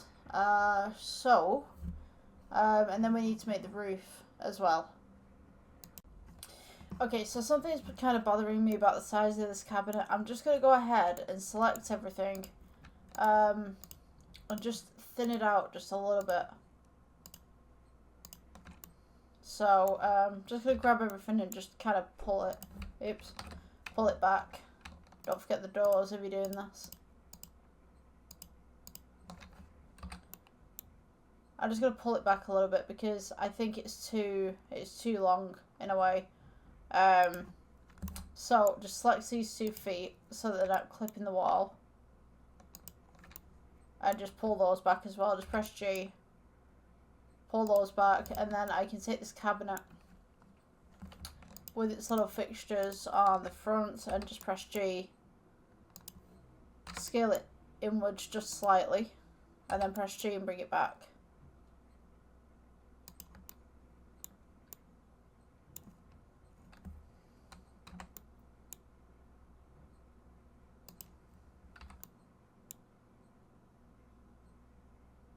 I just felt that this cabinet was a little bit too thin. Of course you want it just flush up against the wall as well. Let's see. Scale that one out just slightly.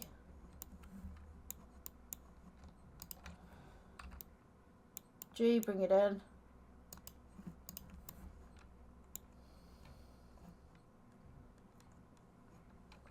Okay, so maybe we'll work on the bathtub. So if we go to add, and then we're going to do a semicircle. I think we're going to do circle. We'll do the bath the correct size first, this way, and then we'll put it diagonally. So just press G, scale it outwards just slightly. We're going to go add. We're going to go edit mode, press F, E to extrude, scale outwards, E to extrude, scale outwards. Just watch the bottom there that you're not scaling too far outwards. We want it to be just round at the bottom, so I'm just going to pull this, press G, let's get that right down there, E for extrude, and then we'll do a little scale outwards just around the bottom, E for extrude, scale outwards. It's going to be fiddly kind of thing, but scale that one inwards, E for extrude, scale outwards, E for extrude, scale outwards, E for extrude, and then we'll scale outwards. Bring that up. It's kind of a bathtub kind of size. And then we'll go E for extrude once we get to the top, scale it outwards, just slightly, E for extrude, and then we'll start doing the lip of the bath.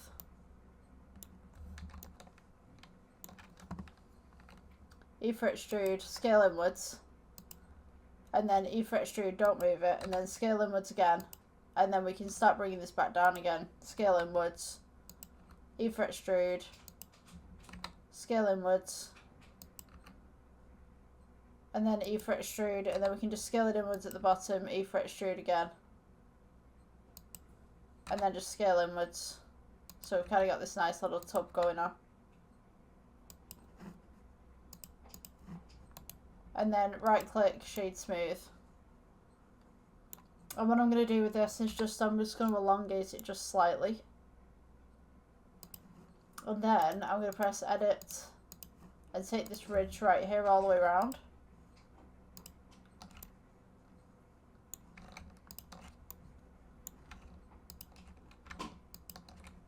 And I'm just going to scale it outwards.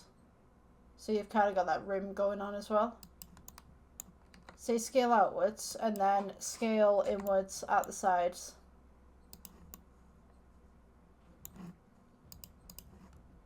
So this should be the little bathtub that you've got.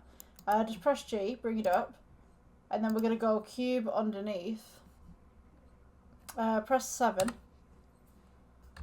And you want to make sure that your cube underneath is just the size of the base of the bathtub.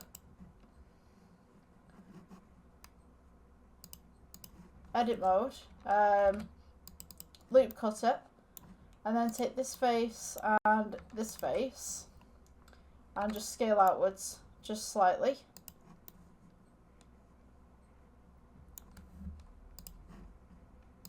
And then do the same to this side as well. Oops. Scale outwards. And then we're going to go to the object mode, scale down. G to go up. And then we're going to go shade smooth with that side. And we can change this one to wood. And this one here will be porcelain bath. So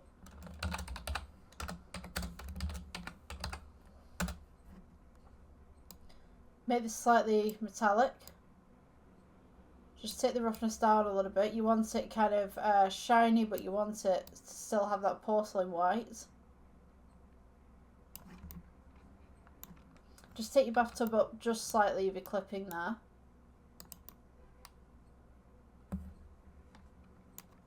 And then take these two and just go G, move it across. We can actually use the same kind of style for the sinks as well. I want to rotate this just slightly and just place it next to the window. Maybe I just want to make that just slightly bigger. Have a nice big bathtub.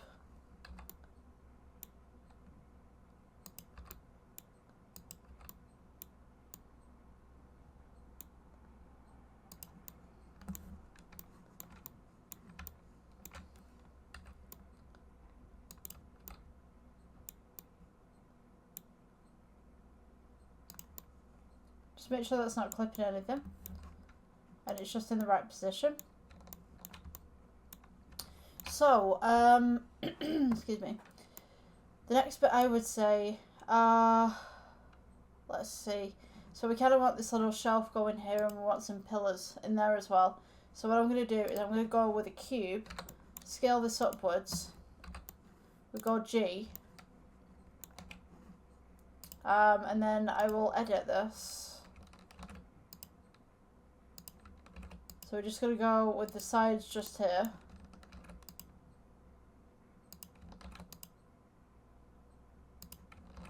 And then I'm going to edit the top and bottom as well. Now what you want to do with this one is we want to have all of these faces in the middle. Go to the face tab. You want all these faces. E for extrude. And then just scale them inwards. And then scale them outwards. So these faces, you want these as white, sorry, grey. So we're just going to do grey 1.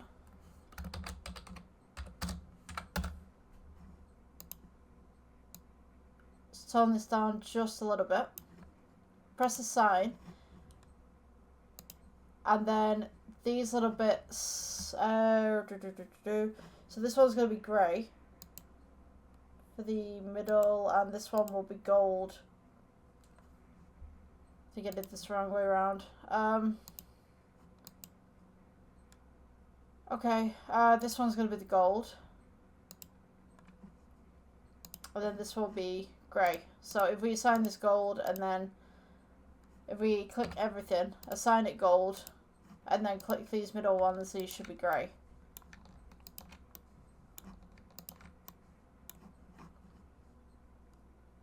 And then assign that one. Yeah, that's how it's supposed to look. Okay, so scale this down. Just go ahead and put this in the corner. This is going to be the pillar.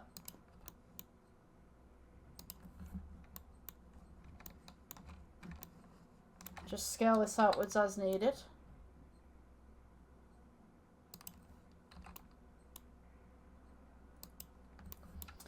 Okay, and then we'll scale this outwards and rotate by 90.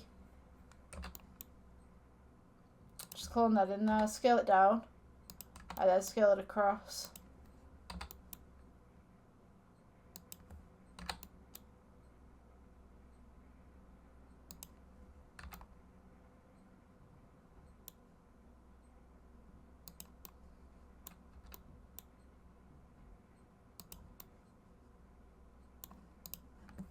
So we've got this nice little skirting bow going across just at the bottom there. We're going to change these walls to the grey that we just made. So change this to grey. Grey 1. And this one as well.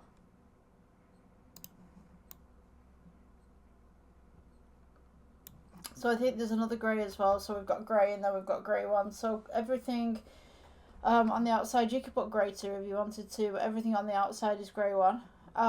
So I think for the next bit we should put in the windows. So I'm going to go to plane.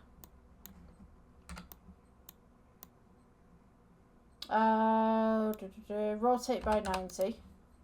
Press G, bring it over. Scale. And scale outwards.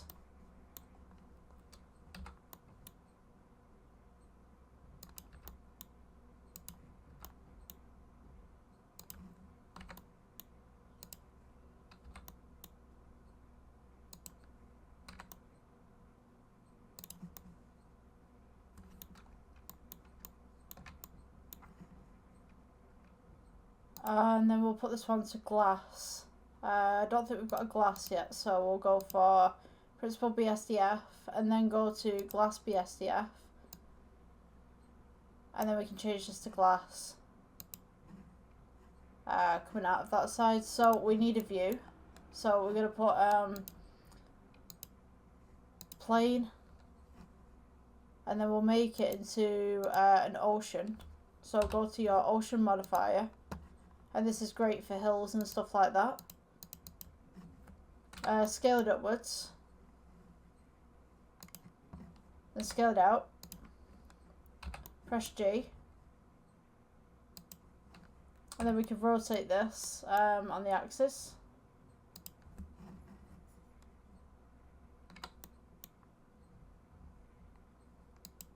Let's see. So we can see this in the render view.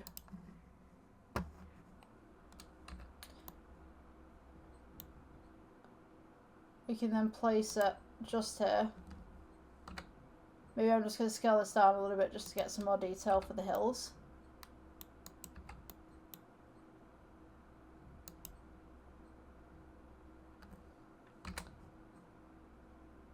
I'm just trying to get the correct combination here. I think that'd do.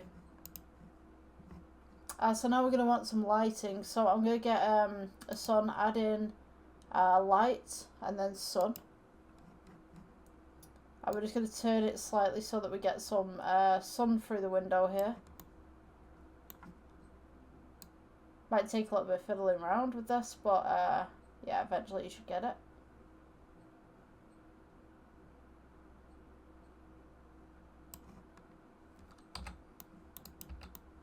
I'm just going to go ahead and just move this upwards a little bit.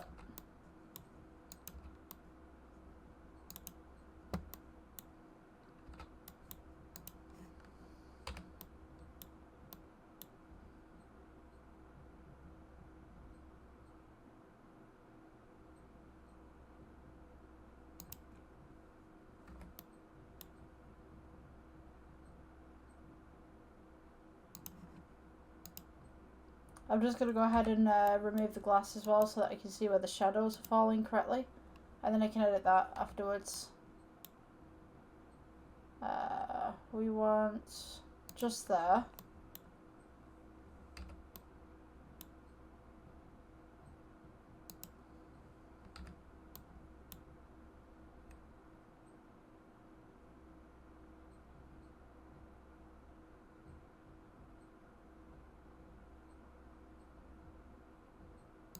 Maybe just slightly against the cabinet as well.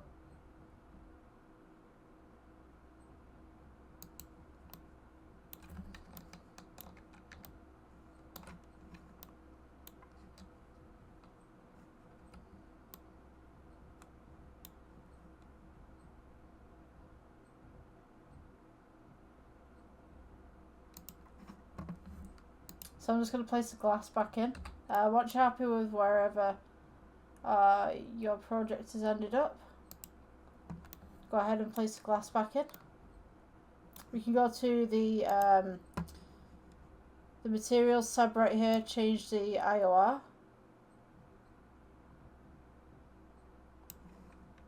To be honest with you, I think I'm going to go with Principal BSDF with the glass, to be honest with you, because it's just, you can get so much more detail with this.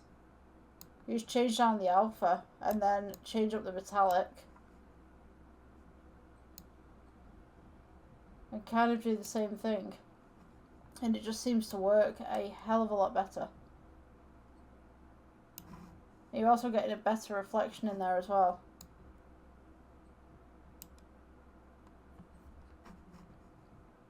Okay, so you're going to want the sun just slightly yellow. And maybe just turn up the power as well. Let's see, so slightly yellow.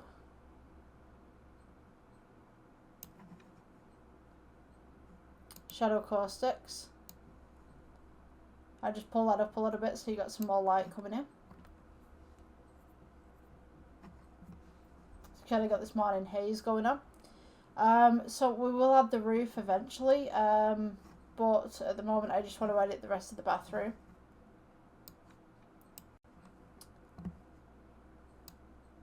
So you should have something like this, if I can get this coming in.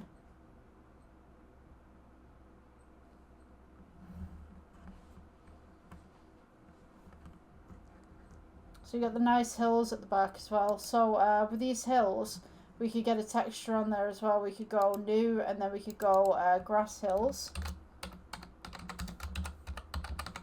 And then place these as just kind of an luminous green at the moment. We will fix that afterwards with the shapes and everything. So this pillar right here, if we take it, just pull this off render mode for the moment.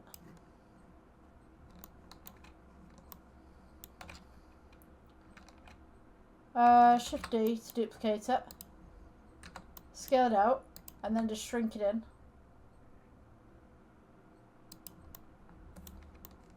So it just fits in between the two windows where we've got that little divide going on. We can also take this little divide that we've got at the bottom for the skirting board, Shift D to bring it up.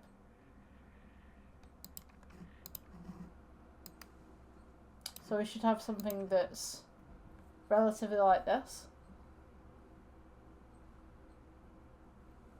We can also bring some of the fittings over as well from the other side. I'm going to put some plants on this side, and maybe some little plants on the table as well. And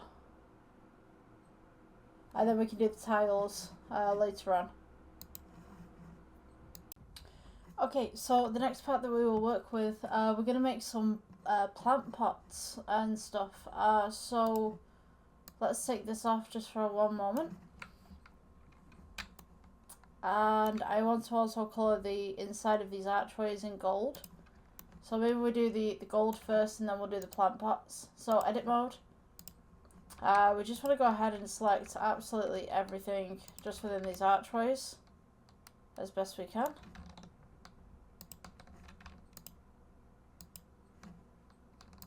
Just get everything on the inside right there.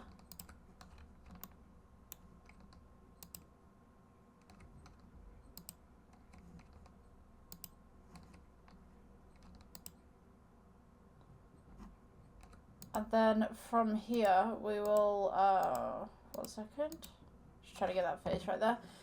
From here we will go to plus, go to the drop down, gold 1, the first gold that we had, click assign, go to object mode, let's go to this mode, then we'll do this archway, so just click on the archway, edit mode, take everything from on the inside of this,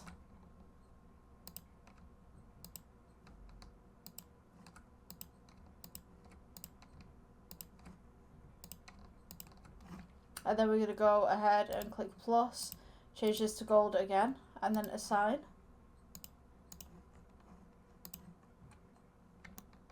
So for these plant pots that we want to make, we'll go with circle, press G, bring it over, edit mode, press F, E to extrude, just slightly, scale it outwards, just by slides. I'm just going to mosey that on in, right there. I just realised as well, there's no keys. Why is there no keys? Screencasting keys, they should be on. That's really weird. Oh, there we go. Where did the screencasting keys go? They were on. Really weird. Right, so from this point on, let's go E for extrude. Scale this outwards. E for extrude. Must have been a glitch within the software or something. And then just kind of like pull them in. E for extrude.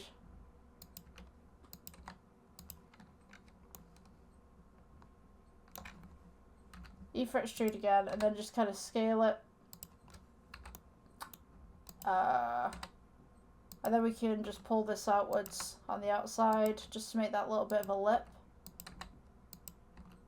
E for extrude, and then this one, E for extrude, keep it where it is, pull it in.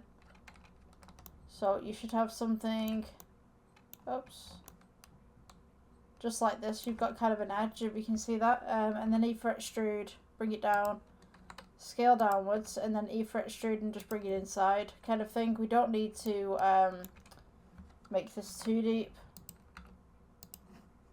Like you can see on the X-ray mode there, we could just leave it like that. Now these parts, shade them smooth. Go to the drop down and go with gold, just to match the theme of the room. Scale it down. Just place it to the side just for now. And then what we're going to do, we're going to go to add. We go to curve. I think it's curve. And then the sampling tree gen. So we're just going to make some trees. So the sampling tree gen right here. We can make different ones. We can make willows, weeping willows, Japanese maples. Japanese maples, you can't really go wrong with those. We could do that one. We could do leaves, show leaves. So for these potted plants, we're going to kind of want to turn this down a little bit so the branch growth, kind of turn that down so that they're kind of little, almost bonsai trees, if you will. Make them a little taller.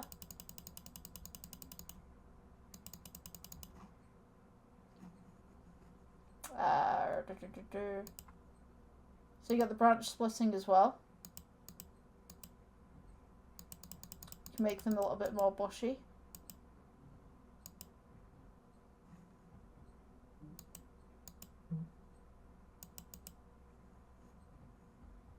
We've also got base splits, so you could just have like one split if you wanted to. 2 levels, 1 level, multiple levels. You can also change these as well if you wanted to something different if you've got a different preference. I personally like this, the way that it's going. So I'm just going to do like little trees inside of here. These leaves right here, we're going to have them as pink. I think it'd match the room somewhat. And then the trunk, we could do this as kind of a dark brown kind of thing going on. So you have these nice little trees just in the bathroom. Scale these down. And you just want to put the pot to the tree, or the tree to the pot. So the tree comes in two pieces. So you've got the main tree, and then you've got the leaves. What you want to do is select the main tree, click shift, and then select the leaves. Press G, bring it over to the pot, put it inside. There you go, you got a nice little tree. Inside of there, we could rotate that so it's a little bit more straight if you wanted to. You can also scale this down if you wanted to too. So select the pot, select the tree, select the branches, and then we can go G and we can just move this over to the side. There's a little potted plant inside there, so just make sure that it's flush to the floor, relatively.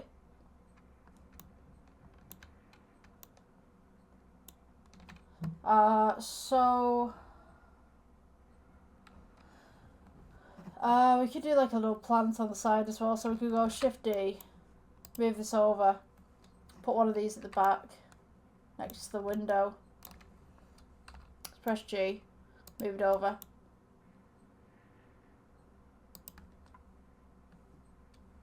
Could rotate it as well.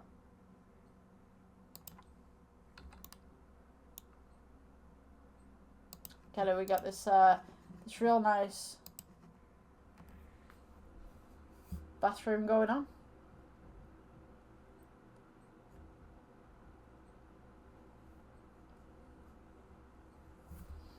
You can have these really any colour that you wanted. So the next thing we want to do is make a tap for this bathroom. So we're just going to go cylinder, just elongate cylinder a little bit, scale it in, go G,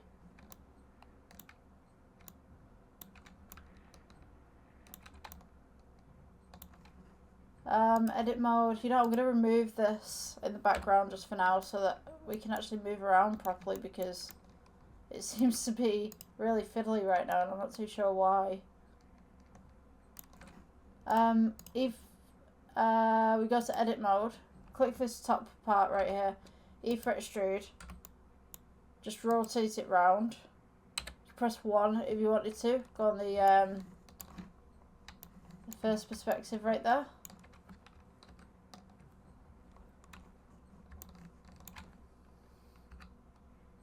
E, rotate, and just bring it over. E, rotate, press G, bring it over. E, and then just rotate, press G, downwards, bring it over. And then E, rotate, G, and then just continue doing this until you get to the end.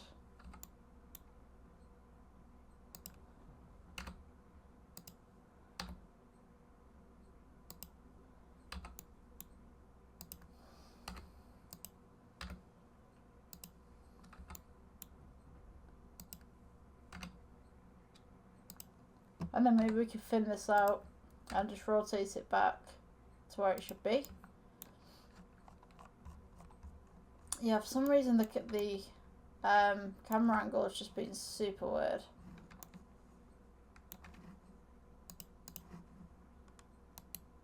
Shade smooth, scale this down, and then we're just going to place this next to the tub. So this is going to be the tap.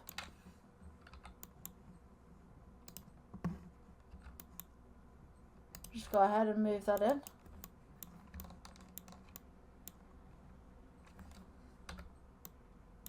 Rotate this round.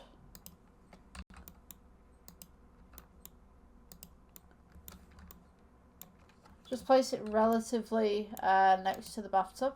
And we can also make a secondary one if you wanted to. Just move this close as well. So we go 7. Just select these two. Just press G. You can move them forward. And these should just be at the side of the bathtub right there. And we'll go with gold for both of them. This really is being weird. I'm just going to go ahead and just cancel that off. Just 1 second. Yeah, that's better. For some reason that angle was just crazy. So yeah, these two are gold. So what you want to do with the sink is take the bathtub, take one of these taps, just Shift D, duplicate it out, just rotate it roughly back to being straight. Just take that again. Scale the bowl inwards, just by slight. Take this and scale it outwards. It's kind of a posh tap.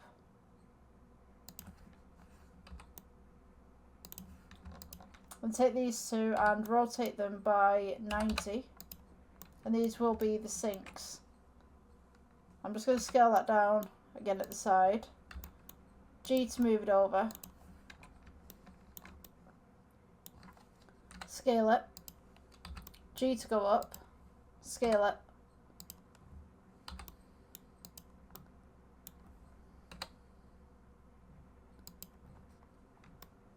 We can have two little posh sinks just right here, just in front of the mirrors.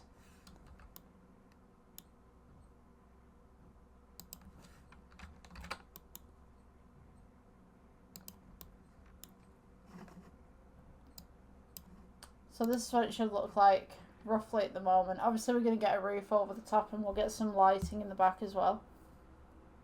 And then we'll put a back wall on because we can see a reflection just here.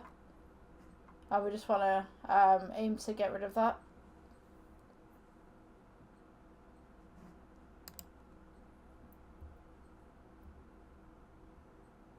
I'm also going to put a depth of field on this as well. So if I click the camera right here, we go depth of field, the little selection thing, and maybe we'll just aim to focus this on the bath. And then we'll move the f-stop down. Just by slight.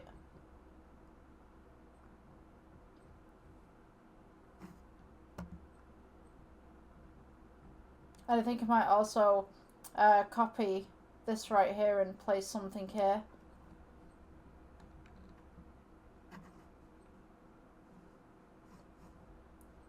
So yeah, I think I'm going to make the ceiling as well. Let's see what we can do. So we want this gold trim right here running across the ceiling. So I'm just going to Shift D, rotate this by 90, just scale it out. And then I'm just going to press G and just bring it in just about here so that the skirting boards and this match.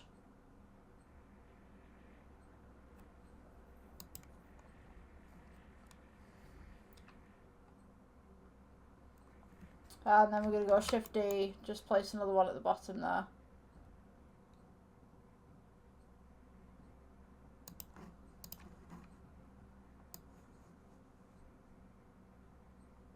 So now we've got an intersecting vertice right here, so I'm just going to move this just back ever so slightly. So we still have that border, it can still be seen, but it's just out of the way.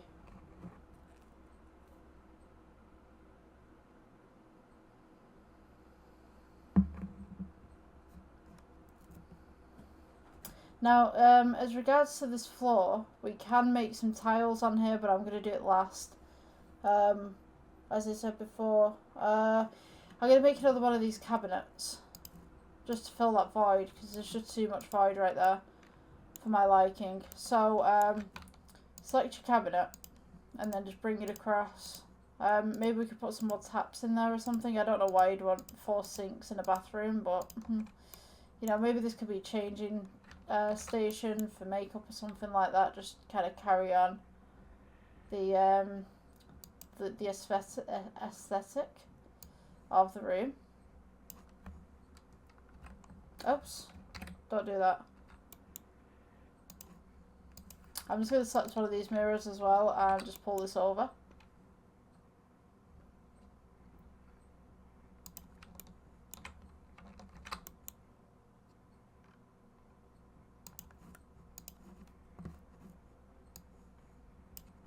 And I think that would look a lot better.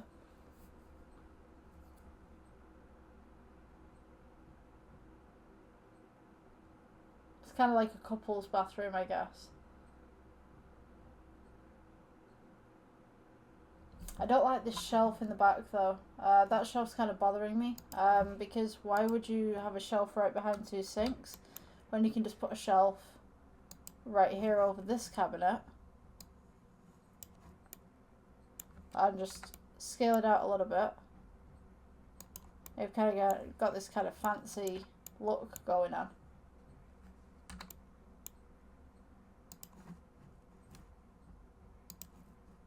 I think that would work much better.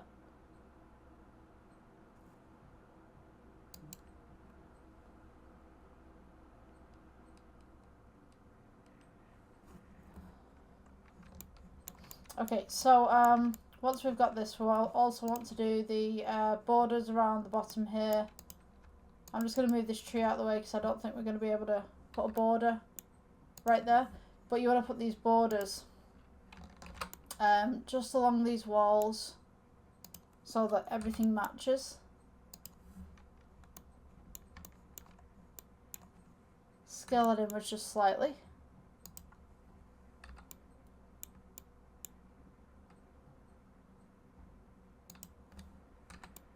Scale it out.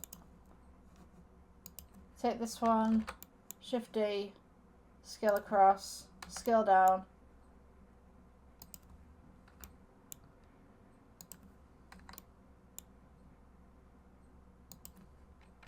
And then Shift D and we'll place this one just on the side right here. And just scale it across.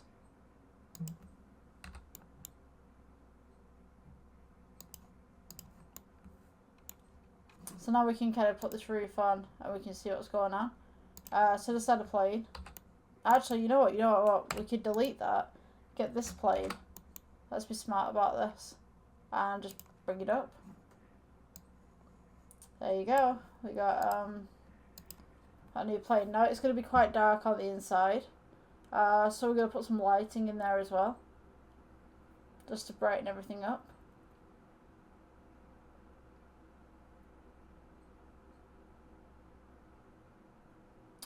Obviously we've removed the hills and stuff like that, so we'll put those back afterwards. And you can see the reflections right here of all of these objects, but then there's nothing here because obviously there's nothing behind the camera. So we could also build some of the room on that side, just add a little bit of furniture, some more plants maybe, just to kind of give it that depth. So I think just trying to think. Right, let's take a plant. Let's Shift D this, just duplicate it over. I'm going to need the render side just to see what's going on in this mirror. Just so that I can bring this across. Maybe not in front of the camera. Just behind. Yeah, so you can see it right there. So that's where we're going to be working with. So if I go G, bring this across to this side, and then take one of these cabinets, and then maybe put that on that side. So I'll just stop this from rendering for the moment.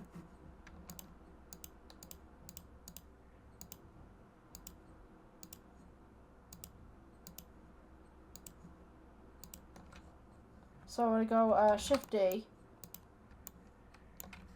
duplicate this over, so that's going to be sat in the corner of a room because obviously this intersects. I want to just turn that around. Somehow I've managed to pick up another plant somewhere. Let's Shift D, duplicate that. And then we'll gladly take these 2 plants and just move them to the side here. So you've got that kind of depth going on. And then we're going to need a wall, so let's add a wall. Let's get a plane in there. G, move it across. Did that just go down? Or to the side? I want it to go that way. 90. Scale it out. And then we can join everything else up once we've done the lighting and everything. Scale that side. And now we have the back of the room. So it looks like just this elongated bathroom with some nice little trees going on. A little bit of lighting. Perfect. View active camera. Oh, come on. For some reason it won't let me pull the camera over. Right, there we go. No, well, I think it's because it's rendering.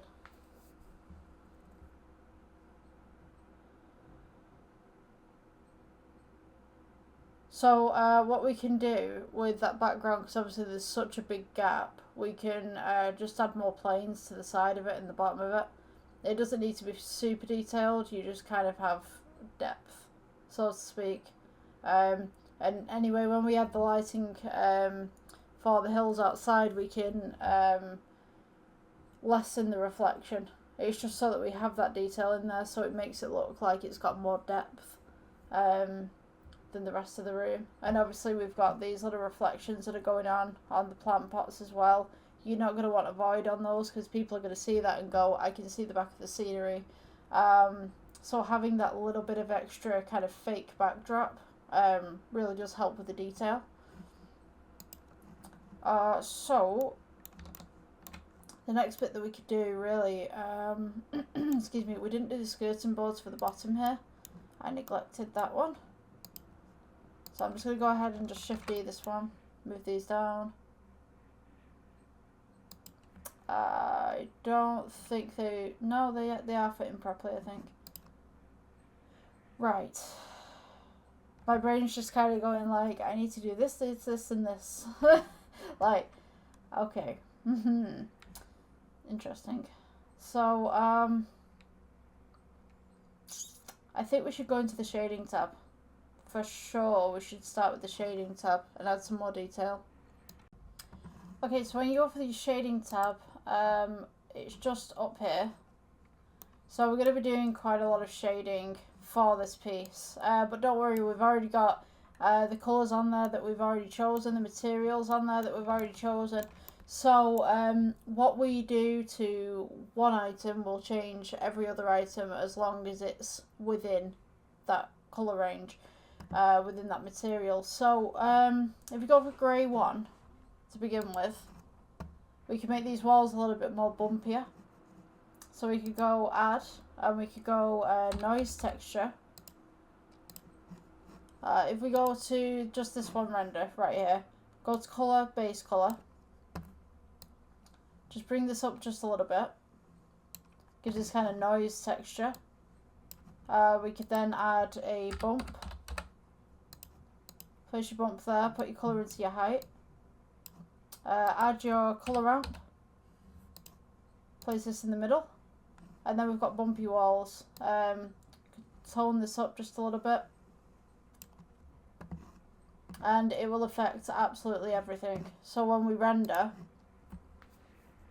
the light should be picked up on those walls as well. Now you won't be able to see it because obviously it's fuzzy at the minute whilst it's rendering in, but once you render it and it goes through the whole process of rendering, you'll be able to see that detail with the light.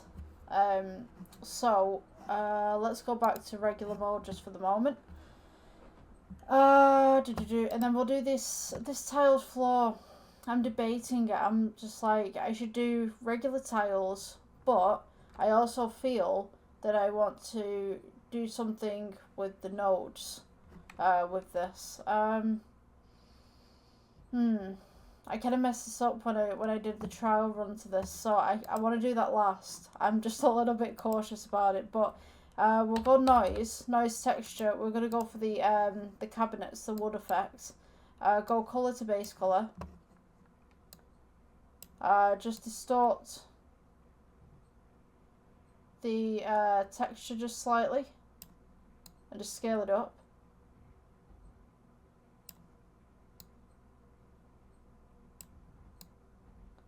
So we've kind of got this kind of wood look to it, but kind of out of hours kind of wood look, I would call it. There you go. So it's like this kind of brazen kind of look. So want to go with add bump. Put that in there. Color to height, and then we'll go with go add again. Color ramp. Place that between these two, and then we want to go for plus, and we want to make this a brown. So you notice now everything that's blue within this picture is actually part of the wood stuff that we're doing. So maybe we just want maybe a light kind of colour. I'm also going to make this slightly metallic, just to bring out some of those details. And then we can actually lower the strength as well on some of this, just to bring out those shadows a bit.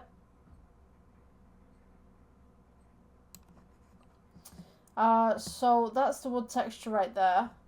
For this cabinet, let's go new. We'll just type in cabinets kind of thing.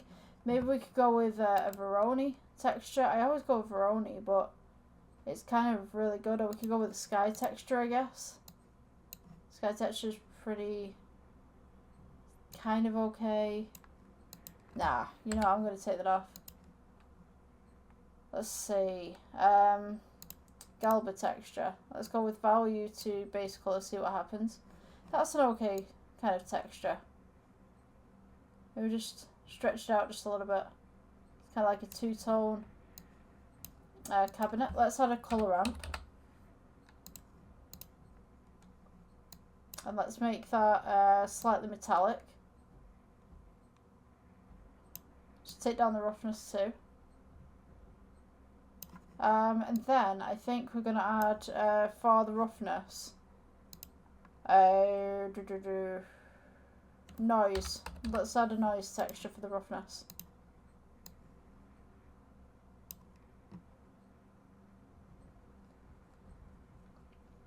Just zoom that out just slightly. So it's got some little scuffs on it, as you can see, that are just appearing right here. So if I just elongate this or go downwards, you've got little scuffs going on. You could also put a bump node in this if you wanted to. Just change the colour to height again.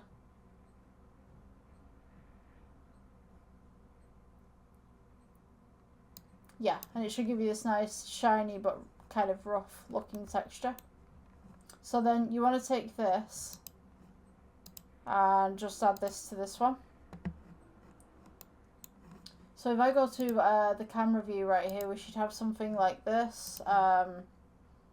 Just kind of a rough outline of what we're doing when it loads in.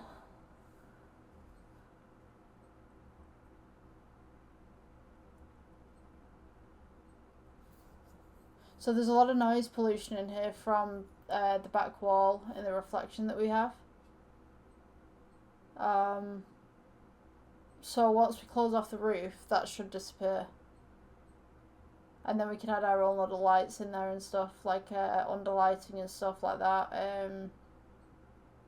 Get some little kind of mirror lights in there. I think that looks okay. Could be a little bit smoother on there, but it'll be fine. So let's do this floor tiling. We can do new right here. We want to do floor tiling with Veroni texture. So we're going to do add and then brick. I'm going to do the brick texture first, and then we'll add the Veroni into that afterwards. So, let's see. Scale up your brick texture a little bit. And then we want to just get rid of the offset so it's nice and tiled. Then we will add the bump right in there. You want to go colour to height, and you can invert this if you want to. We will go to colour ramp, and then just insert this between. So you can make the slide to make this darker, whatever you need to do with it. So the mortar itself is going to be white. Then these two colours, we're going to go Veroni. So just go Veroni texture, colour to colour one. Scale this just on there. I think it would be better if I came off the camera, kind of thing. See, this was the problem that I had last time. It was kind of, it didn't really work that well. This it's kind of why I wanted to do individual tiles. This was what I ran into last time. Let's go with colour ramp, see if that fixes it. No. Yeah. This is the problem that I had last time with this. Let's remove the bump. Let's just remove the elephant in the room for the moment. Yeah, I wanted this kind of texture, but I wanted to pull this outwards a little bit. I think it would be better if you made one tile with Veroni and then just duplicated it multiple times. I just think it would look a lot better, but it will be taxing on your CPU or GPU, whatever you're using, and graphics card. If you want to do it this way, this is how I've set it out. You can take a screenshot of that if you want to, and then just copy what I've done and then edit it to what you would like it to look like. But I personally, I'm just going to remove this, and then I'm going to do the tiles themselves. So let's go with a cube. I'm going to go G. I'm going to make the tiles on top, and then I'll place them in to the piece itself. So let's go back to layout.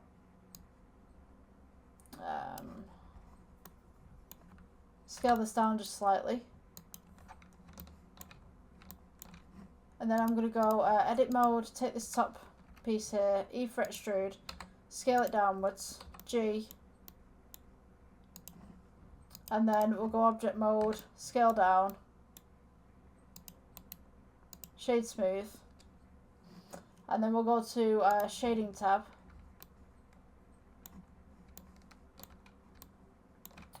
new, and then we'll go to add Veroni, colour to base colour, shade this down, just make kind of a wacky pattern on there, and then we're going to go with add, and then we'll go colour ramp, and we're going to add some blues and some just pale kind of colours to it.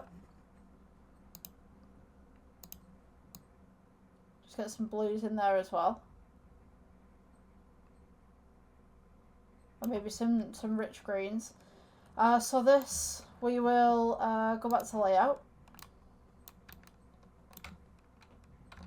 Shift D. Just duplicate that across. Take these two, duplicate them across. And then duplicate these across as well. Just try and get them roughly in the same place.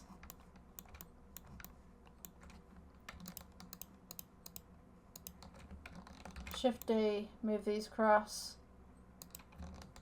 Shift D, move these across. And just keep going.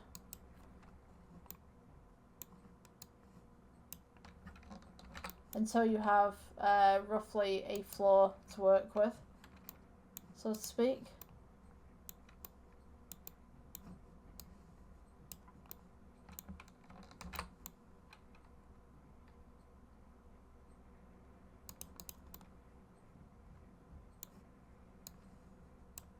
Just select them all, scale them down a little bit, and then we can start putting them into the bathroom itself. So you just want to make sure that these are just above the flooring. Just press G, move them on in. Scale them to the side. Just make sure they go all the way to the back.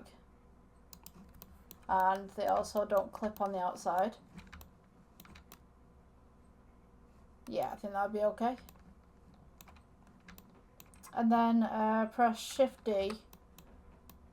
And then bring across another set. We can press 7. Just to see where you're at. And X-ray if you want to. Just going to move these up just slightly.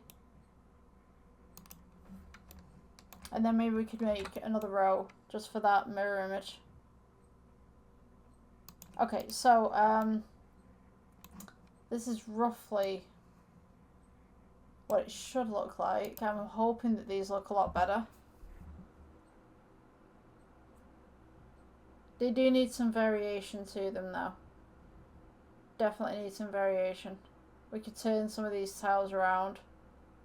We could pull the colours a little bit so that they're more uniform.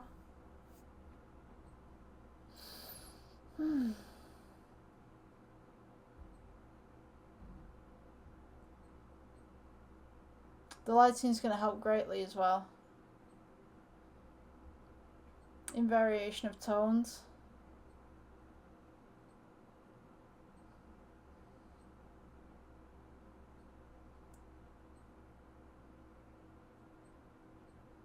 Okay, I think we should start putting some of the lighting in as well. I'm just going to go to the shading tab right here. I'm just going to edit some of these tones out. I'm just going to put some of these, just make that a little brighter.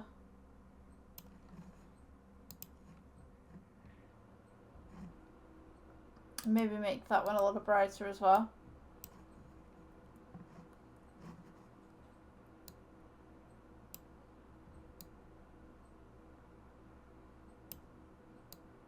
Bring this white up just slightly.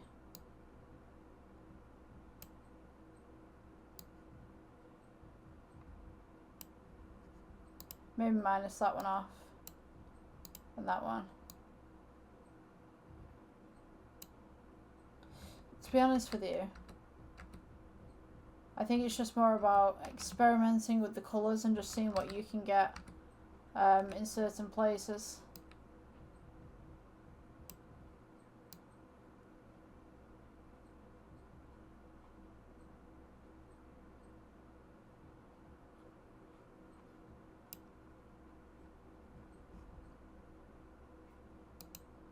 Because you could just do white tiling if you wanted to. I think we should just do that. Just white tiling might actually look better.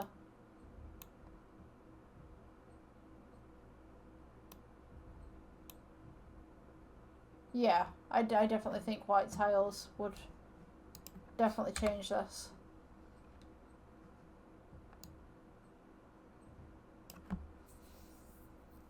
Make it a little bit more open and maybe bring up that metallic just a little bit, bring down that roughness.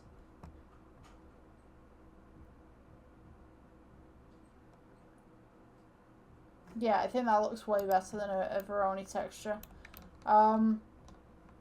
Let's see, I'm just going to elongate this wall, so edit mode, just select this one face and just press G, bring it over. Just to the back there.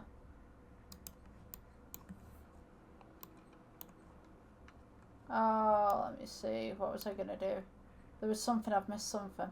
Oh, lighting. Yeah, so let's go back to layout. I'm just going to go ahead,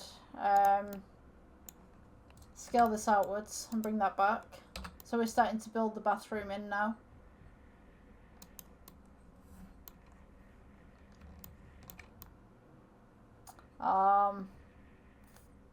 Yeah, so the lighting, let's take this off X-ray mode. The lighting can be cylinders. scale this out, scale it down, right click, shade smooth, scale it out, and then rotate it by 90 on its side, and then we'll place this just underneath the skirting board right here.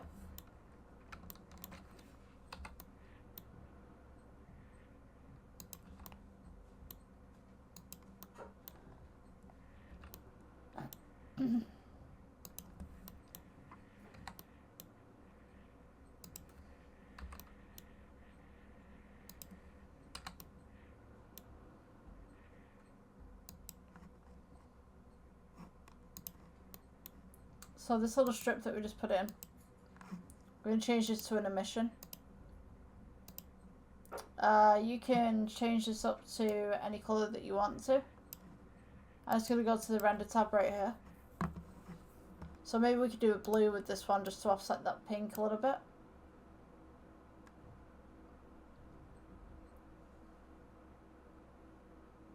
I just need to turn that up just slightly. That actually looks quite cute with that blue.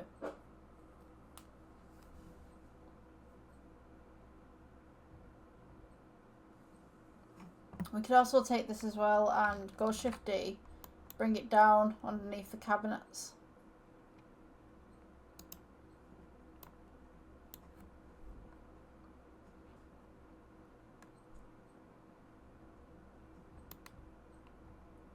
And then maybe we could have some external light just on this side. So if I just cancel this off just for 1 second, just scale this in.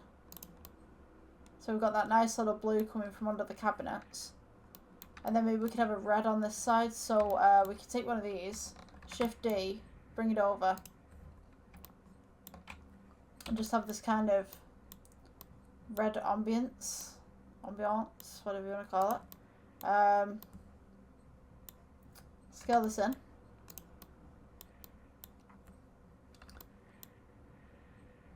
And just have some red lighting just running across the bottom here or the top.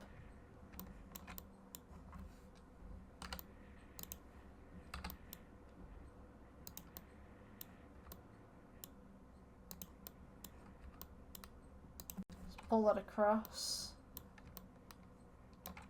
Oops.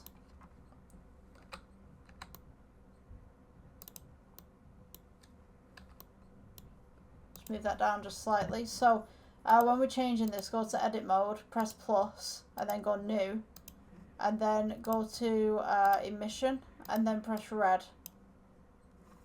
And then we can render this out, assign it as well, go to object mode, object mode, and then we can turn this red light up a little bit. So we have this kind of mix of red and blue.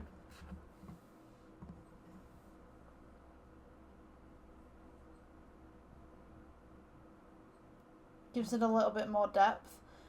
So the hills in the background we can do with an ocean again. I just wanted to remove that before because I think it was a little bit too distracting. And then we just need to finish off the rest of the room so there's no external light pollution coming through. Maybe turn the sun up a little bit. So we take the sun right here. Just give it some more power.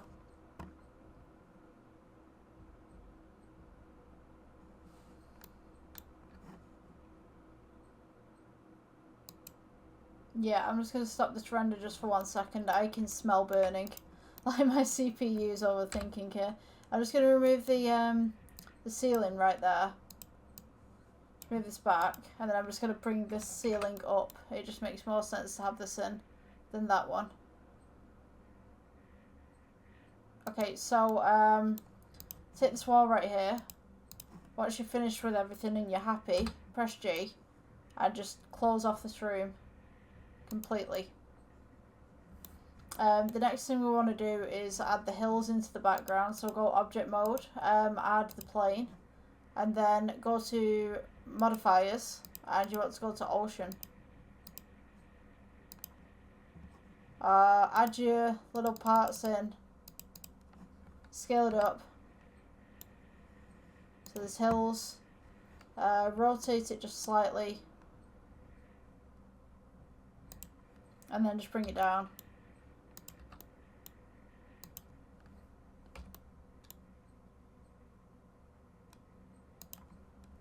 And then for the texture on this, we could actually add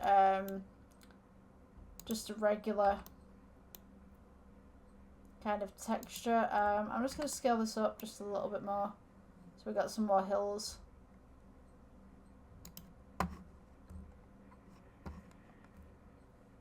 Maybe rotate it just slightly as well.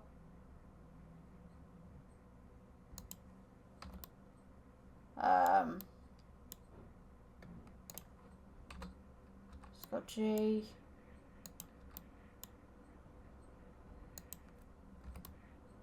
Just going to rotate that around the sides too.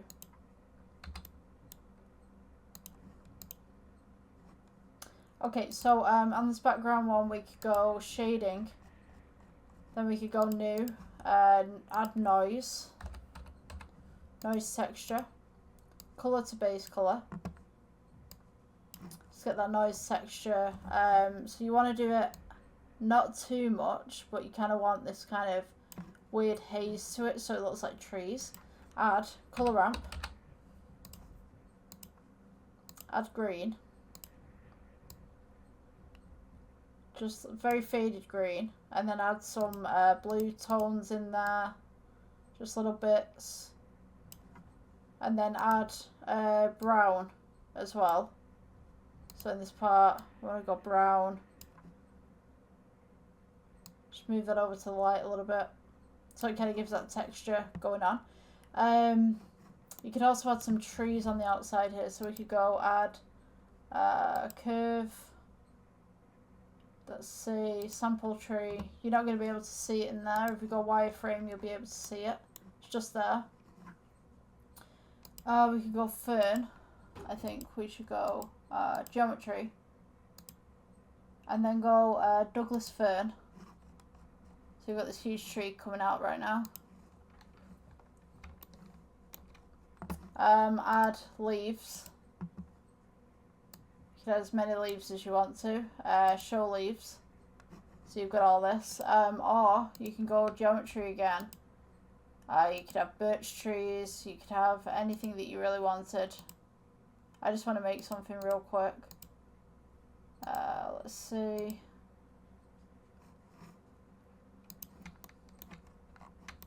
So the problem, they're all different sizes. So with this one, go to leaves, show leaves.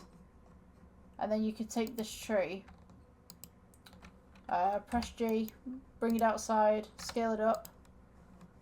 You might want to do this on the layout so you can see what's going on through the window.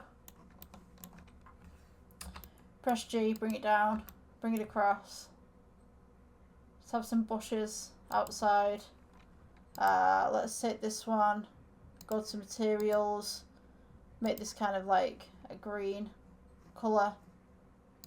This one we could go with what else have we got? We've got this one. Take these two. You can duplicate this across. So what you should end up with in the end is this kind of a scene. Hopefully it renders in.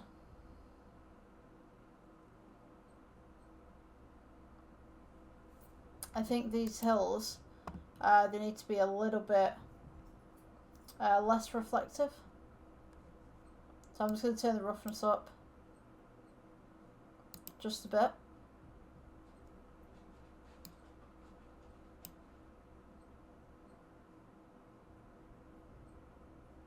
And maybe we'll turn that alpha down just slightly as well. So they kind of disappear into the background. And for your scene, because it's a grey sky right there, we can make this blue. Or we can make this yellow actually, because it looks like a sunrise rather than a sunset.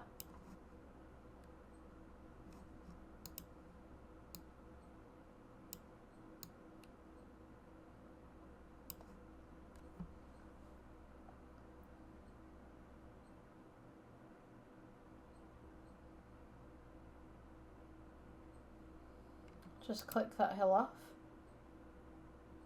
Yeah, and I think that's roughly the tutorial. Yeah. I hope you guys enjoyed. Like, subscribe, do all that jazz, and I'll see you in the next one. Bye bye. Okay guys, welcome to the next Blender tutorial. So today we're going to be building a watch. So this is a project that I have made very few of, but I'm going to try my best to teach you how to do it today. So we're going to do, we're going to go to add, mesh, and then circle. We're going to press S to scale. I'm just going to bring this up a little bit so you guys can see it. And I may just add the double screen on here as well. Yeah, so you guys have got a different angle as well. So we're going to start off with the clock face to begin with. I'll add the numbers onto there and I'll teach you how to do that as well. So, what we want to do is go to edit mode. I'm just trying to figure out the best way to approach this right now. So we want to press F for fill. This will give us a face. I'm going to go E for extrude and just go up slightly. Now this is going to be the clock face itself. You can go E for extrude again and just keep it just above the line right here, just above, not too much. Just keep along with your axis there. Then we're going to scale it in just slightly. Going to go E for extrude again, scale in, E for extrude, scale inwards. Now what you want to do with this one is when you've scaled it inwards, just bring it down so it's relatively flat. And then we want to do, I'm just going to scale this outwards just slightly, E for extrude again, and we're just going to go inwards. And this is where your clock face is going to sit.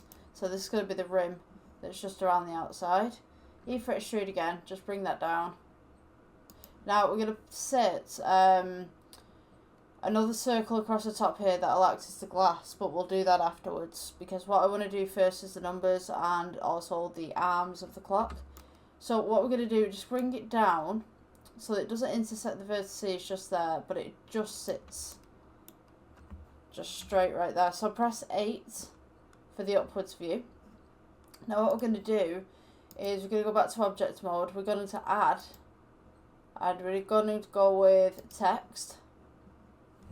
1 second. Here we go. Press 7 on your number pad, not 8. And then we're going to go to edit mode, and we're just going to type in 12. Now you're not going to be able to see this because it's underneath, so what we're going to do is we're going to edit this. So I've got my second one. Press G, just bring it up. Now it doesn't have to be all the way up, but just enough so that you can see it. So what we're going to do with this 12 right now is, you notice right now that it's flat, so we're going to build it up a little bit. So what you want to do is come over to the side panel here, go to your data, which is the A, and we are going to go for, we've got the font, we've got the share, we've got the size. So this will skew your font to wherever you need. This will make it size upwards or downwards, whatever you need. I mean, you could press S for scale if you wanted to. Let me see. So you've got your offsets here on the Y. You can also offset it. I'm just showing you some of the stuff that's going on here. Now, with your geometry, because it's flat, and you want to make it a little bit bigger, just move your geometry to 0.5. That should be great for a clock face. So now what we want to do is let's go G, and we're just going to go down, and we're just going to position this right at the very top. So just make sure that it sits just on your face right there. Clock face. Put it just to the center, bring it up, get it as central as you possibly can. And then what we're going to do, if you want to, you can change your font type. So we have a lot of different font types right here. So just press the open font just at the side. It's a folder icon just there. You can choose whatever font you want. Now I'm going to stop recording to choose my font because there's a lot of different fonts on there, I think. To be honest with you, actually, you know, I could zoom this in. I could show you guys the fonts. So these are all the fonts that you can have for your clock face. You're going to want something that's legible, that's not too hard to read. You know, there's quite a lot of them actually. So you can go for this one. That one seems okay. So that is the Felix Tilting regular. So once you've got that, just make sure your 12 is relatively central. We're going to press Shift D. This is going to duplicate it. And then we're going to bring it down to the bottom. Now you notice it says 12 and 12. We don't want 12 and 12, we want 12 and 6. So from here we're going to go into edit mode. Just delete your 12 right there.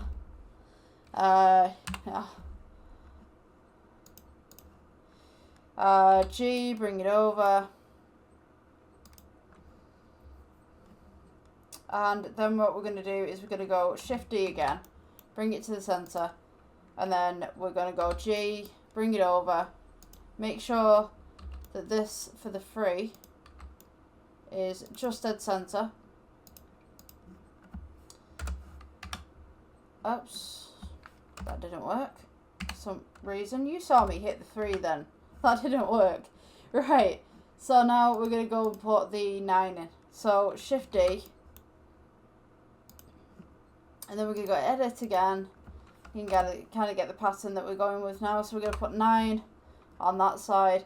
Now at this point, if you don't want to, you don't have to put the rest of the numbers on there. But I would suggest putting the rest of the numbers on there. Now, in prior tutorials, I would have said, let's duplicate all of this. And then we'll put everything at a 90-degree angle. Or we'll put everything at a 25-degree angle or whatever like that. Just so that we get the numbers in between. But to be honest with you, on your own clock face, I think doing everything manually and doing everything by eye is a good way of making this. So what we want to do is take your 3, and we're going to go Shift D, just to duplicate, go about a quarter of the way across the clock, and then what we're going to do is going to go G upwards, and that should roughly be where you can put your 1. So we're just going to put 1 there. I'm going to move that down slightly actually. If you play this by eye, just slightly, because if we start rotating things, then the objects are just going to rotate themselves. So that could be roughly where your 1 is. We're going to go Shift D, just move that across, go G, move that across, G again, move it up. Right, and this is going to be your 2. This is going to be a bit fiddly to do in the beginning because obviously, you know, if you're not used to doing this, just bring them in just slightly so that they're just inside the clock face. And then we're going to do the rest of this for the rest of the clock face as well. So bring it a quarter of the way down, roughly, then bring it across. It's going to be 4. Yeah, it's sometimes it's a little bit of a painstake doing all of this. When you add the colours to the numbers as well, you only need to use one colour. You don't need to colour every single one, but I'll show you how to do that because what I used to do when I started doing Blender, I used to take every single object, say like there was multiple objects, and I would try and get the same colour to each object, and I'd find out that I wouldn't get the exact colour, and I wouldn't be able to colour match it properly, not fully at least. I mean, there was some sort of colour matching there. I was very used to colour matching in a job that I used to do, but you'd be maybe 1 or 2 hexes out of colour. A hex is it's a colour wheel that the computers have that you can actually type in a code and it'll give you a specific colour. It's actually a pretty neat trick. I don't know all the colours off by heart. There's millions of colours, you know, but if you had a specific colour that you were looking to put onto your project, and someone turned around to you and said, oh yeah, I need colour 826, which is a light green, you can type in 826 and it will give you the exact same light green that the person that you've just spoken to has on their computer. It's a very handy tool that you can kind of adopt into your projects. So every time that you're doing colour matches with something, you already have the colour as long as the person's got the code for that colour, the hex or the hashtag. So it's a really neat thing to have.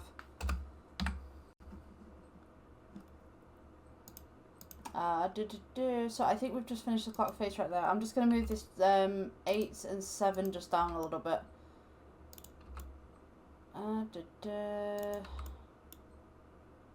Yeah, okay. So your clock face should roughly look like that. So now we're going to want something in the dead center. So we're going to just put a cylinder in the middle. We're just going to scale that down a little bit.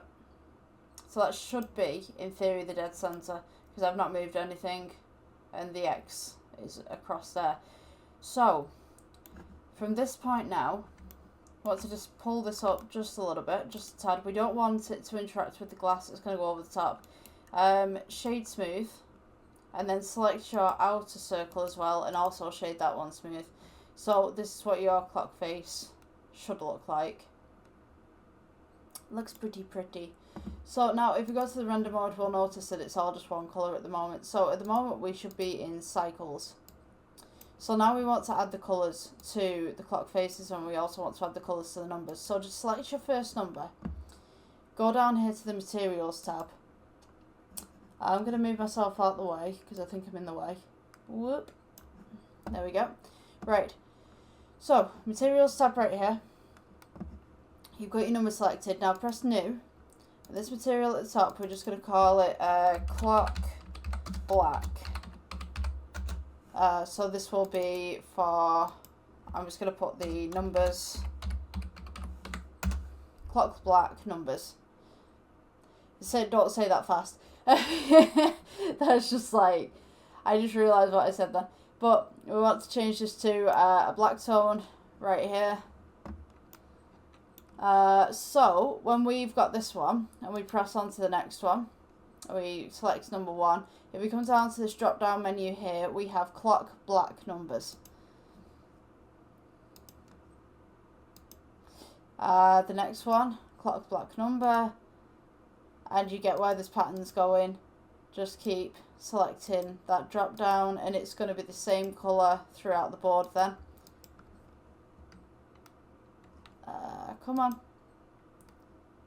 Yeah, my program's froze. Sometimes I work so quickly on my computer that my computer just can't catch up with me. I think my graphics card's actually slowly going out, so... Because what it is, when my graphics card sits, I actually have a game capture card, and there's no other slots for it. So I can have 2 graphics cards on my computer, but I choose to put the game capture card in the slot where the graphics card is supposed to be. And that's become problematic for my computer because now they share the same kind of stream thing. And yeah. So anyway, so the center bit, I mean, you could put this as a gold if you wanted to. Generally, clocks that have gold pieces in there or silver. Whatever you would like. Make it a little bit more metallic. Take the roughness down a little bit. So now your clock hands. So what I would suggest is you can make 1 clock hand and then you can duplicate it and make 1 smaller, or you can make 2 clock hands. Totally up to you, it's your project, whatever you want to do. I think I'm going to make 1 clock hand and then I'll make 1 smaller. It just makes more sense to me. As for the second hand, it's just a elongated cube, I guess. So I'm trying to think of the clock hands that I want to make. I mean, you can spend some time making some fancy ones, but I'm just going to make some basic ones. So what I'm going to do is this material right here that I've just changed to gold, I'm going to put gold clock hand so that I know what colour I'm using right there. So we're going to add, and we're just going to go to plane, press G, move it across to the side, and we're just going to slim this down a little bit. Now you can use anything to do this. You could use a cylinder if you wanted to. It's totally up to you. So I'm going to go to edit mode right here, so you guys can see a little better. So we're going to go E for extrude. Make sure you're working across your axes and that you're not going to the side or anything like that. We're going to go scale just outwards. E for extrude. Scale outwards, E for extrude, E for extrude again, and just keep extruding. Yeah, you don't want to be going like that. I'm just going to go S for scale, bring that in a little bit, E for extrude, and then scale that in. For some reason, sorry, S for extrude, and scale that back in. And maybe I'll do a Control R and just kind of make a fancy clock hand right there. So take this end, then press G and just move it up, and then maybe we will press E for extrude and then just scale it on the ends just a little bit, rotoscope, scale it outwards so that it sits on the actual clock hand, the clock base.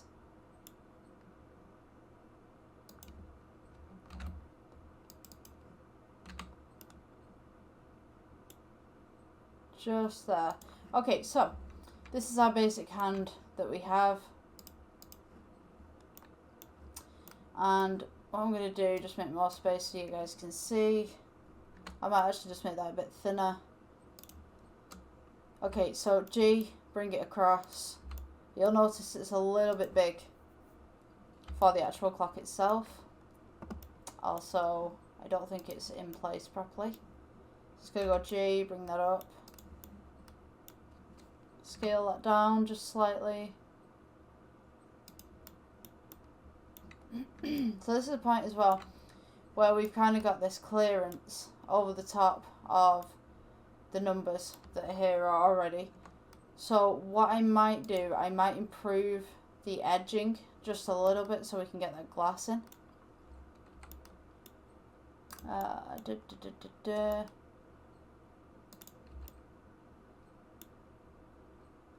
Your clock hand can go underneath this little bit here as well. So you notice it's really flat right now. So we're going to go for the edit mode, press A, press E for extrude, and then what you're going to do is just scale it inwards to the side via the red. This will give us a little bit of depth on that. You can go E for extrude again if you want to. And then scale it inwards.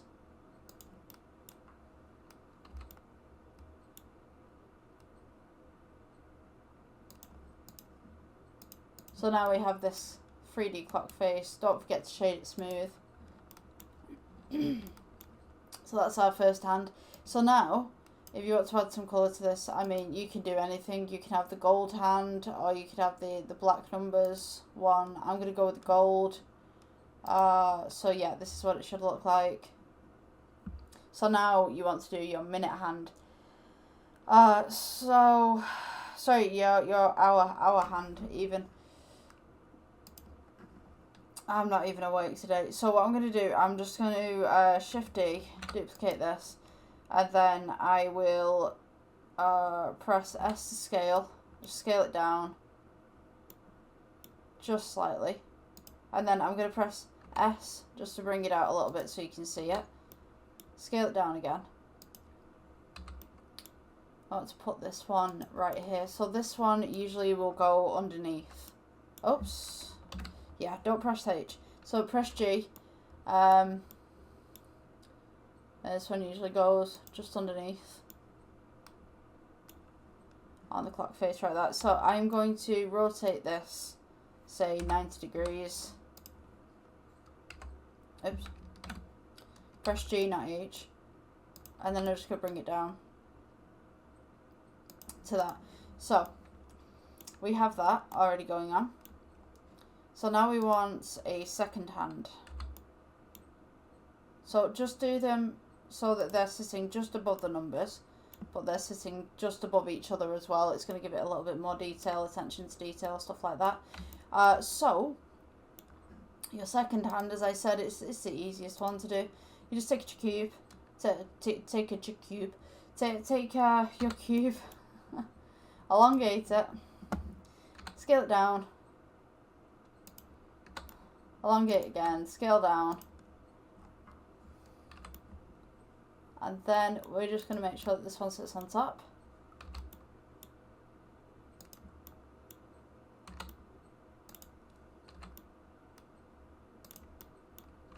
And maybe I will rotate this by 20. Let me see, rotate. No, I don't want that one. Yeah, I want that one. Rotate by about 20. Just place this here. And then, you know, usually the second hands, they're black anyway, so you could use the same black that you used on your numbers. So right here, just drop down menu. Okay, so your clock face should now look like this. It's looking a little bit more clocky. So you can rough up the pieces here. I can show you how to do that in a bit. We're just going to get the fundamental basics down, and then I'll show you how to rough everything up at the end. To make it look a little bit more detailed. So today I'm not going to be showing you how to animate this, I'm just going to be showing you how to make this. But this is a general gist. So now we have the clock face of the watch. So what I would like to do, let me see, where can I go from here? We want to put the glass over the top of it. Now the glass going over the top of it depends on a couple of factors. So let me show you what I mean by that. So if we get a circle and we just put it onto the screen here, I'm just going to use X-ray so you guys can see what's going on.